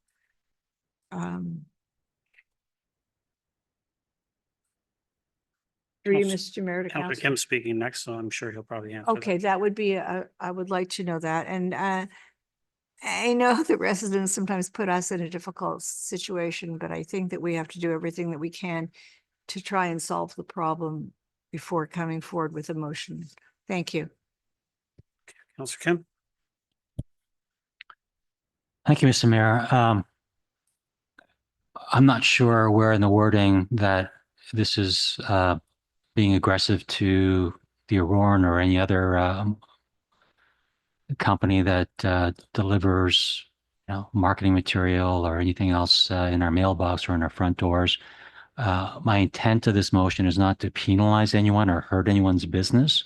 That's far from the case. It's just to make sure that the delivery process itself is more efficient and fluid and more environmentally friendly. Quite simply, my motion proposes a simple but important change, which is to have all newspapers delivered directly into residents' mailboxes or nearest receptacles, as stated in the motion, and if none are available, just carefully placed on the front porch or near the door.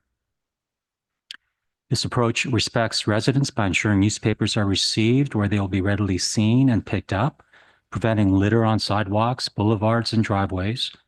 It also supports environmental responsibility by reducing waste from newspapers left exposed to weather and damage. And over the years, I've repeatedly observed newspapers still in plastic bags, left scattered on grass, boulevards, sidewalks, and streets where they often go unread and ultimately wasted. When newspapers and marketing materials fail to reach the intended audience, their purpose, informing and engaging our community, is defeated. I believe this motion will actually improve reach and readership for our local newspaper. After all, the newspaper's value lies in being read. Now, last Friday, I had a productive conversation with Zach Schaub, general manager of the Aurora, and I did apologize that I did not reach out to him sooner, and that was my misstep. I should have contacted him. It was just a busy week and I had just missed my mind. So I made clear to him that this motion is not intended to hinder their business operations, but rather to ensure newspapers are effectively delivered to the community they serve. The Auroran plays a vital role in keeping Aurora residents informed about council activities, events, and development projects, and more recently by including flyers and coupons many residents value. So, in conclusion, I believe this is a reasonable and community-minded step that will enhance the quality of life and cleanliness in our town. And so, I would encourage all council members to support this motion for the benefit of our residents, our environment, and the long-term sustainability of our local newspaper.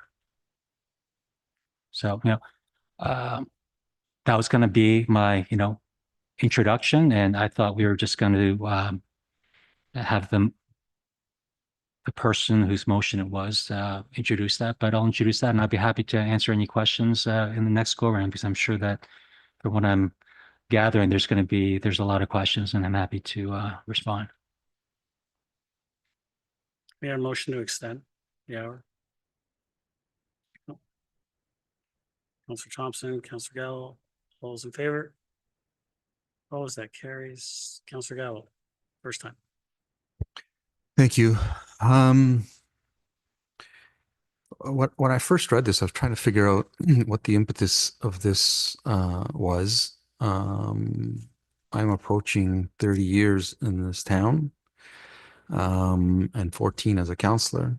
And I could probably count on one hand the amount of times that there was some very minor issues with, and it is the Aurora, and not, let's not beat around the bush, although it doesn't say it here. You said it in your speeches, Councillor Kim. It's obvious that there are no other newspapers that are being delivered to our doors that I'm aware of, or if there are, they're very, very few. So I'm just trying to figure out what we're trying to solve here. I haven't experienced what clearly you have experienced, and perhaps members of the public that have reached out to you. I am definitely not in favor of any punitive, fines or anything like that. As a result of this motion, to me, that makes zero sense to me.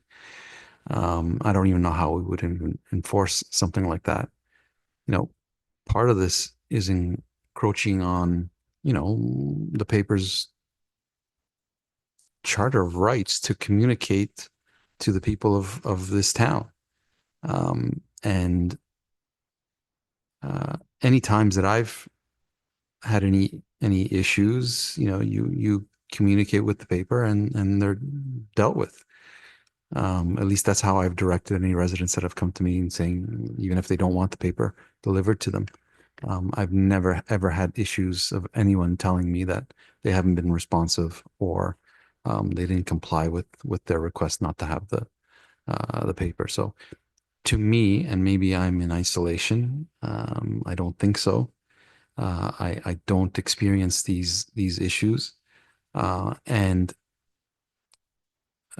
particularly, if this moves forward, to suggest fines is beyond what we're even here for, in my opinion. And the value that the Aurorian brings to the community far outweighs any particular issues that some residents are having.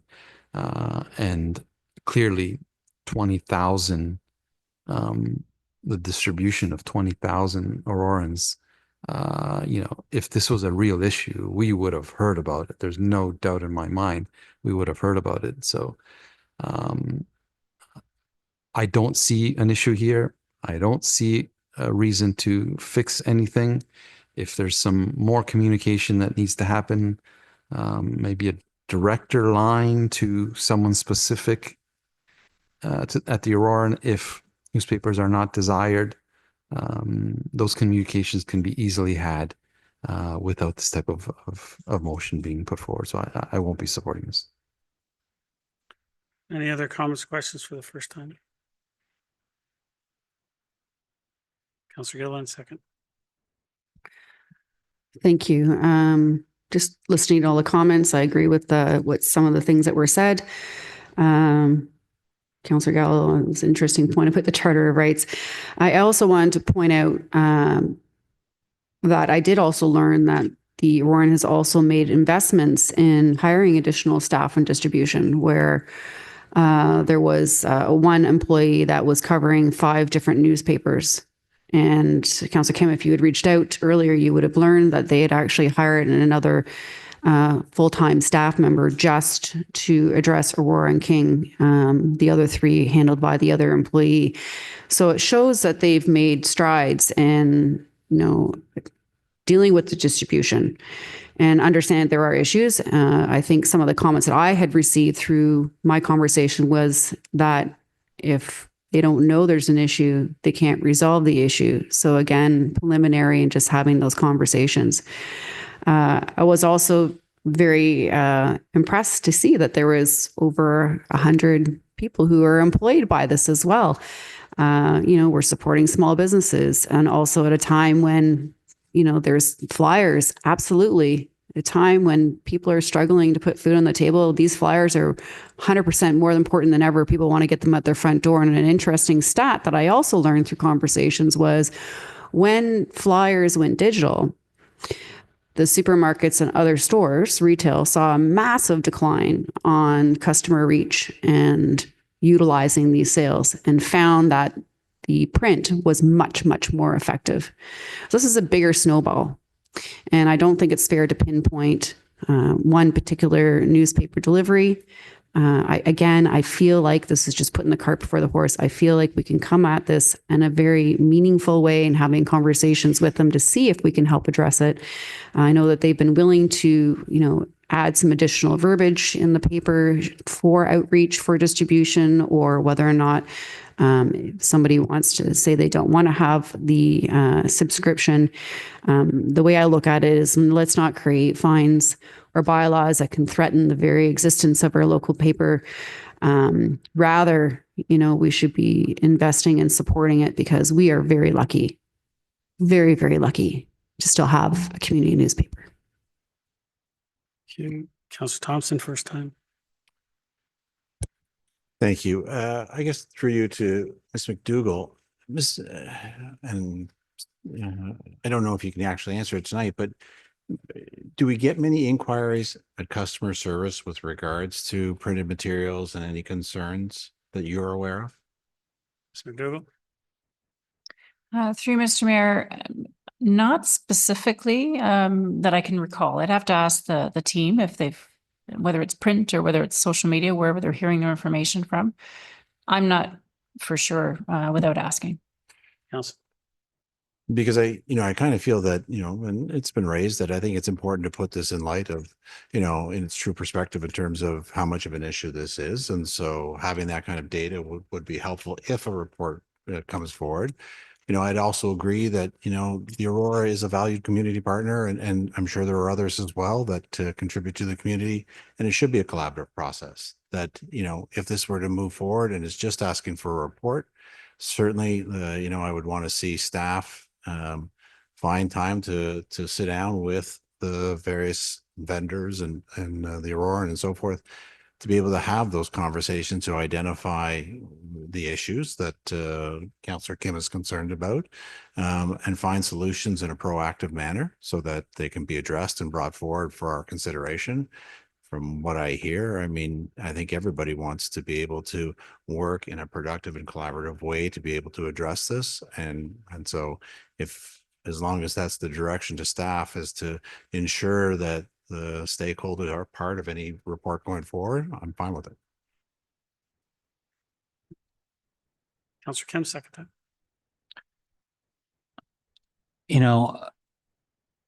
Those around the table keep on saying that the Aurora is a valuable service and an asset to the community, and I did not once indicate that they were not. I too value the service that they offer, and this is not to be punitive. For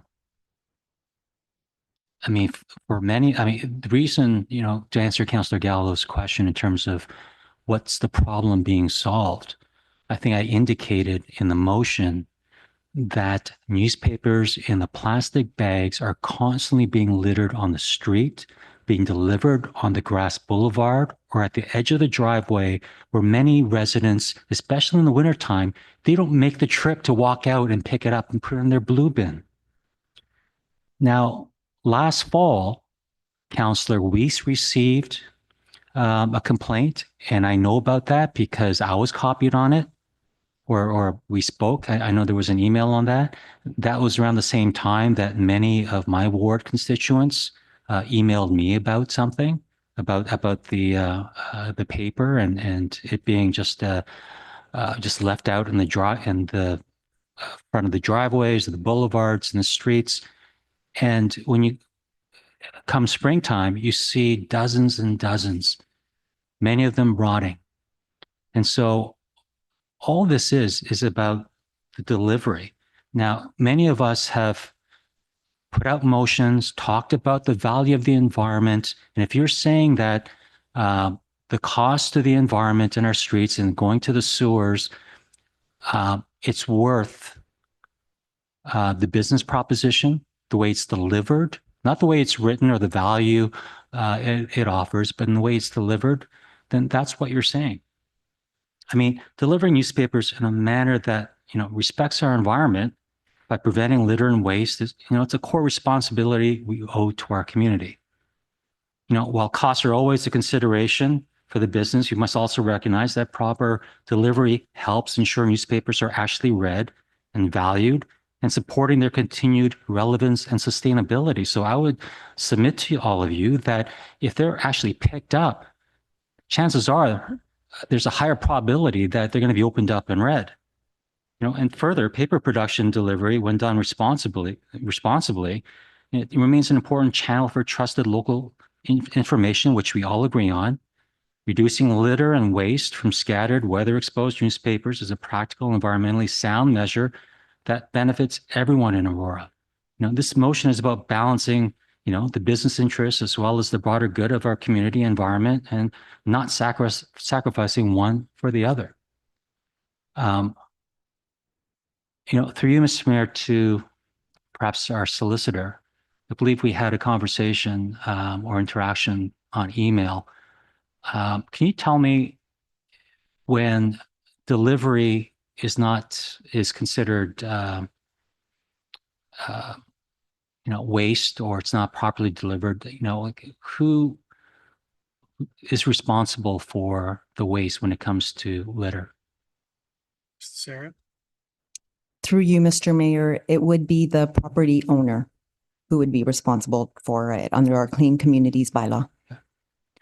Through you, Mr. Mayor, I thought that when we had a conversation, you had mentioned that it would not be the newspaper Aurora in this case that would be responsible, but it would be the people that are delivering the paper. Is that not the case? Because I'm pretty sure that was the dialogue that we had. Sarah? Through you, Mr. Mayor, if we can find who delivers it, then yes, it would be the person who's delivering it. And I guess I should add, it also depends on how the bylaw is worded. So right now, we have a Clean Communities bylaw, which would make the property owner be responsible. If this gets passed and we have to amend the Clean Communities bylaw to include enforcement mechanisms, we would be putting in here that it would be the delivery person. Okay. Councillor? So in essence, right now, based on our existing Clean Community bylaw, because bylaw is not, our officers going out there and being proactive and finding somebody, someone has to complain about it. I know in my ward, the reason why they don't send gazillion emails is because they tell me about it when I'm walking or talking to them, but we all see it. They're not the type of people that want to spend the time emailing, finding out who to email and complaining about it. They just let it go. So, I mean, it's not about, how many people are complaining about it necessarily, but they just don't want to necessarily record it by causing a fuss about it. So, again, this is just asking for a staff report. This is not to vote on a bylaw to find anyone, but that's something that we can read about when we get the report. Councillor, you had time? So You're at time? Okay, well, you normally give somebody 15 seconds to finish, but that's fine. Any other comments or questions? Councillor Gallo, second time. I'll be pretty quick. I heard that it's not punitive, although I read recommended enforcement options such as fines and compliance notices. I was trying to figure out, what are we trying to solve here? And it says measures to allow residents to decline delivery. There already is measures, call them, and they'll not deliver to you.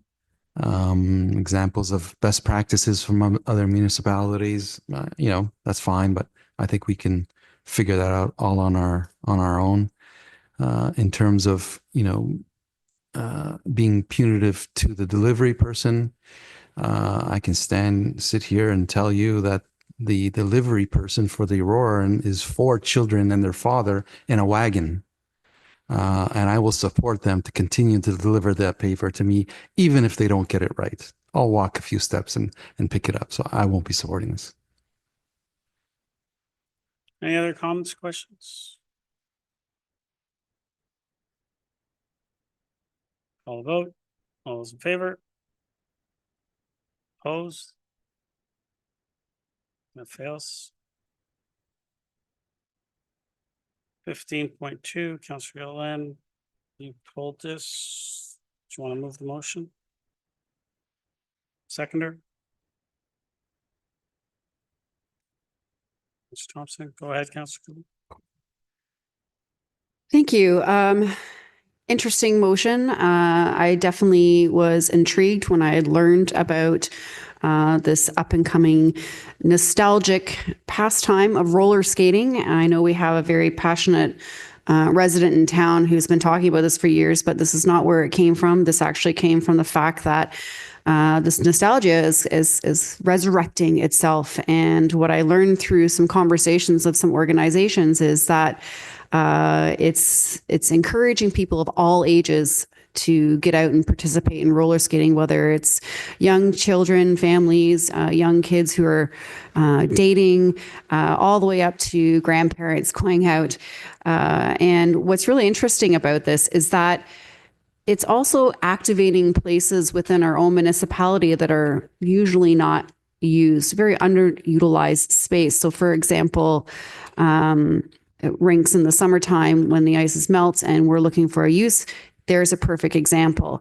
I also had spoken with a specific vendor, and they were talking about how they were doing pop-ups in various locations outside as well, which I thought was very interesting. They had talked about how they had done this in Stouffville just recently, and Oakville as well. I also had talked about Town Square because we do have that small little area, and talked about, even though it's smaller, but talked about the size. And they said, yeah, absolutely. This is like a great space for it. Could be dedicated towards young kids. So this really motivated me to open the conversation, open the door for the town to have the conversation with the idea of partnering perhaps with one of these mobile pop-up events. This would be a great way to promote physical activity in the community for all ages and get people off their screens, which we all need to do, and become a bit more physically active at all ages, from as little as 2 to 100, whatever that might be. And it also aligns with our sports tourism plan, and also aligns with our Parks and Recreation master plan.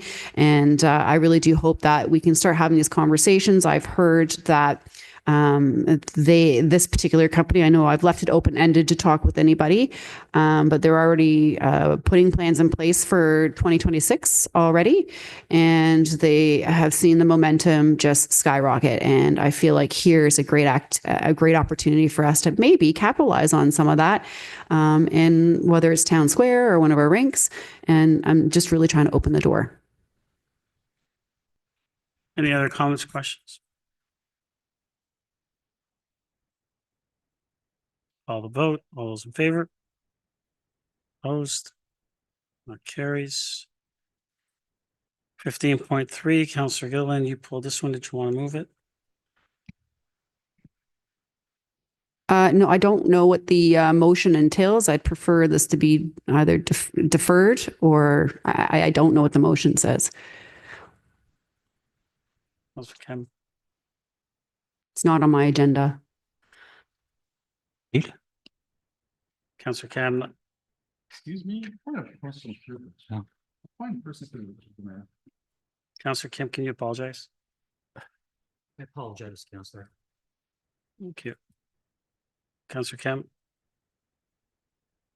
It is on the agenda, but some have not seen it. Did you want to just defer to the council? I apologize. I said some councillors, I said some have it and some don't. I'm asking Councillor I thought you had Kim it and if you he didn't will understand defer. it, but if Councillor you didn't Kim, have it, that's fine. Councillor Kim, would you be willing to defer to council? Defer to council? Sure. If others were not able to read it, then that's fine. Okay, get a seconder to defer. Councillor Thompson, thank you. All those in favor? Opposed? That carries. 15.4, Councillor Gilliland, you pulled this one. Did you want to move it? I'll move it for the discussion. I have questions. Seconder? Mr. Gallo. Go ahead, Councillor Gilliland. Just give me a moment here. Thank you. Through Mr. Mayor to Mr. Ramuno, I did a little digging on this motion, and some of the questions I had were, do we have anything or any programs already in place? And what I found was that there was existing regulations on provincial coverage, as well as the OHSA, the Occupational Health and Safety Act. And I also had learned through some of my research that There's also existing regulations that are provided by the province and regional tools as well. So I'm just curious as to if this is something that we have access to already, and if we wanted to, put something out in social media or on our town website, could we not just pull from these tools that we already have? I do understand that this is enforced by the Municipal Act as well, or not, sorry, the Planning Act as well, by its own regulations. And so I'm just trying to understand, we've got this initiative. I understand the intent of it, but I feel like there's all these tools that are already readily available, and I don't want to necessarily be reinventing the wheel on information that we already have. Toronto. To you, Mr. Mayor. Again, the building code doesn't regulate dust created by cutting concrete or masonry. It is really something that the Ministry of the Labor, as you mentioned, through the Occupational Health and Safety Act regulates. All I can say is that we do occasionally receive complaints from residents who are complaining about another neighbor or builder cutting stone and creating dust. But when that does happen, we typically send our inspectors or bylaw enforcement out there to investigate and advise them to perhaps use some water to keep the dust under control. Councillor. Thank you. So I guess my question is, do we not already have tools that are readily available to us? I certainly don't want to be engaging staff to reinvent the wheel and creating all this extra stuff if we already have it in place that we could just pass along. I'm just trying to understand, because from what I understand, again, those tools are in place. So I'm just trying to confirm with you if we have access to that. Apparently there is regulation with the Ontario Regulation 490/9 on designated substances, which explicitly lists crystalline silica, and that all employers in Ontario are legally bound to comply. So I have to assume that these measures are already in place. We just need to pull from these tools and education and just and throw it out there. Am I missing something? Mr. Romano. Do you, Mayor, I'm not aware of any sort of educational materials that we have currently in place at the local level. Again, as I mentioned, we simply do respond when we respond when we receive complaints, but we don't have any educational tools in place. As I mentioned, we can't really enforce anything under the Building Code Act, but the Ministry of Labor is responsible for regulating these type of concerns with respect to construction dust, etc. Thank you. Okay, so what I'm hearing is that we don't have it on the municipal level, but there could be some tools on the provincial level that we could pull from. And that's kind of where I'm going from. I do see here that the building code does not regulate this type of exposure. I just want to ensure that we're not double doing, because obviously we're not the only municipality that's facing this kind of problem with dust, but there's obviously regulations in place, and there's obviously some education in place, and there's tools. So you're saying on a local level, meaning municipal level, but are there tools we can grab from a different level, whether it be the ministry, as to your point, or the province? Mr. Romano. Through you, Mr. Mayor, I haven't done enough investigation to understand what's out there at the provincial level. Councillor. Thank you. So perhaps in light of this motion, then it could be working with other levels of, whether it be the ministry or other levels of government, in order to provide those tools and education to the public, as opposed to having staff recreate. Because I certainly don't want staff to be spending a lot of time recreating something that might always be out there. I appreciate the intent of it. I just don't want staff recreating the wheel on this. Councillor Gardner. Thank you, Mr. Mayor. Through you to Mr. Muno, we had a problem that we worked on together this summer on Fairway, I think. And or perhaps you don't know that bylaw came by and I believe stopped the person from cutting the concrete without watering it. But I think it would be a good idea, though, to educate people on this. I don't know how to do it exactly, but I think that we should look at that because people don't understand how this can really damage their lungs. And that includes the people who are cutting, who are, working for developers or contractors and are doing that, and they're hurting themselves and they don't even know it. But I like the intent of the educational part, but I do know that bylaw does respond, or it's the building department's bylaw that responds to this, I believe. Thank you. Okay, Councillor Gallo. Yeah, I'm in support of this and the initiative. I don't know if it's a result of a resident who also reached out to me having this concern. And as I read this is an education, no matter where the good information comes from, whichever level of government. This is an exercise in educating the public and companies on the appropriate use and the dangers of silica and its effects. I think this is something that we should definitely be doing, and I'll be supporting it. Okay. Councillor Kim. Thank you, Mr. Mayor. This motion comes from a few residents who have contacted me since the spring and in the summer period when most of the interlocking and the cutting of the stone takes place, and then you'll see half a block that's inundated with dust and silica materials. And certainly when I'm walking or running, I'm going in the other direction. So that's the purpose of this motion. And this motion addresses a significant occupational and public health concern in our community.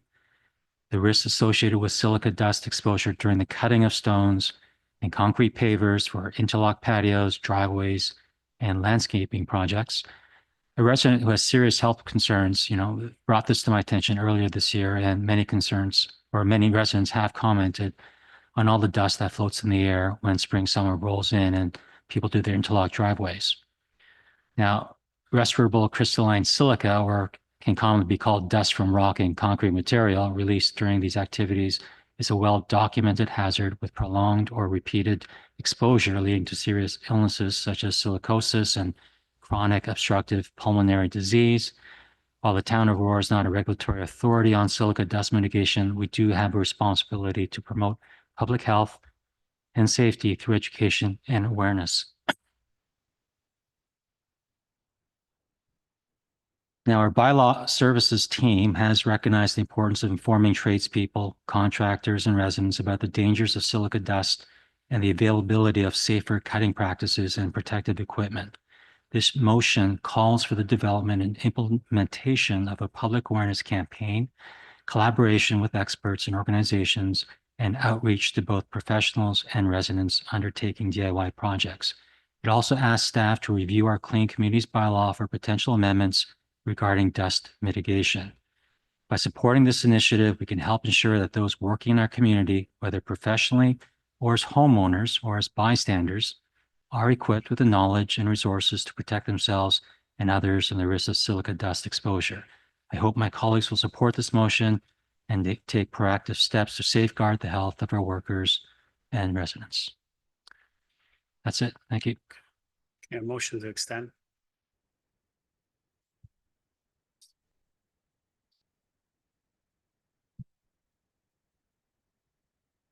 I also need to know how long to extend. Ms. Gardner? Stay. I am in support of both motions, but I have to leave. 10 minutes, 15 minutes, and deferring new business and okay. Public service announcements. Yes. All those in favor?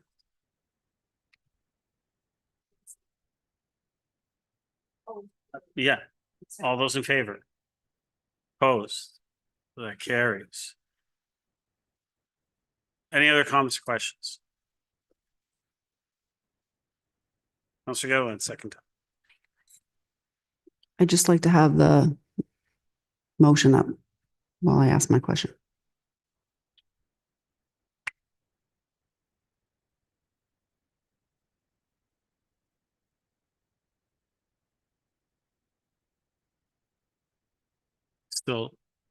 Still Councillor Kemps.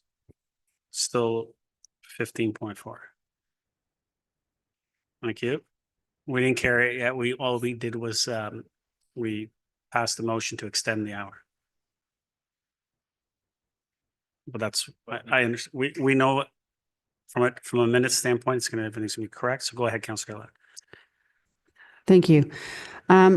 I just want to be clear with the intent of this motion, and that I don't want staff reinventing the wheel with all the information that's already out there, because I know that there is plenty of heavy information about this already. If we are going to be taking the tools and information from these organizations and simply broadcasting that throughout our community for the safety of the community, that's fine. But I certainly don't want to be directing staff to be creating this all over from scratch.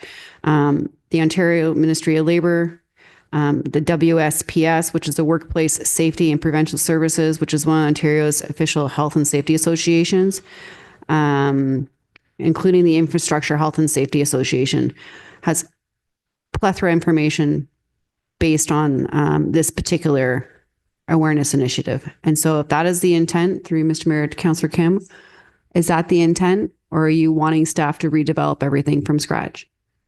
Councillor Kim. Want staff, unlike other motions I've read, I don't want staff to recreate the wheel. Whatever's out there, you leverage it. If it's not out there, then create it. I certainly don't want to waste our staff's valuable time. Councillor. Perfect. That's what I want to hear. Based on the very first, they're for it, seem to be directing to staff to be creating it. And I want to ensure that we're not duplicating something that is already out there and beyond our control. So that is the intent of my comments. Any other comments or questions? All the vote. All those in favor? Opposed? That carries. 15.5. Councillor Gallo, would you like to move your motion? Thank you. Seconder. Councillor Gilliland. Go ahead, Councillor Gallo. Considering the time, I'll be quick. It's basically asking to have in our agreements the ability to release the documents at some point under certain guidelines. We've experienced that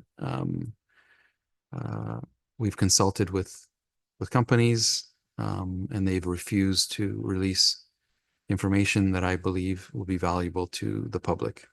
Public pays for these; they should have the opportunity to see them. And this is asking for the ability to do that when we commission various contracts.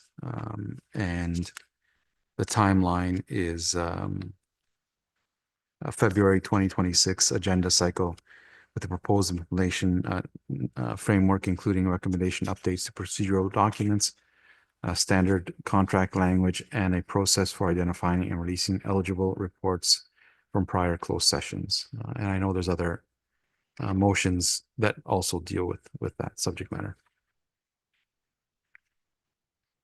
Any other comments or questions? All the vote. All those in favor? Opposed? That carries. 15.6. Councillor Gallo, you pulled this. Did you want to move it? Yes. Thank you. Seconder. Councillor Gilliland. Go ahead, Councillor Gallo. As I'm sure have all had discussions at various times over the past few years regarding our retail cannabis outlets. And I think it's about time we do something to deal with some of the serious concerns that many public members are experiencing.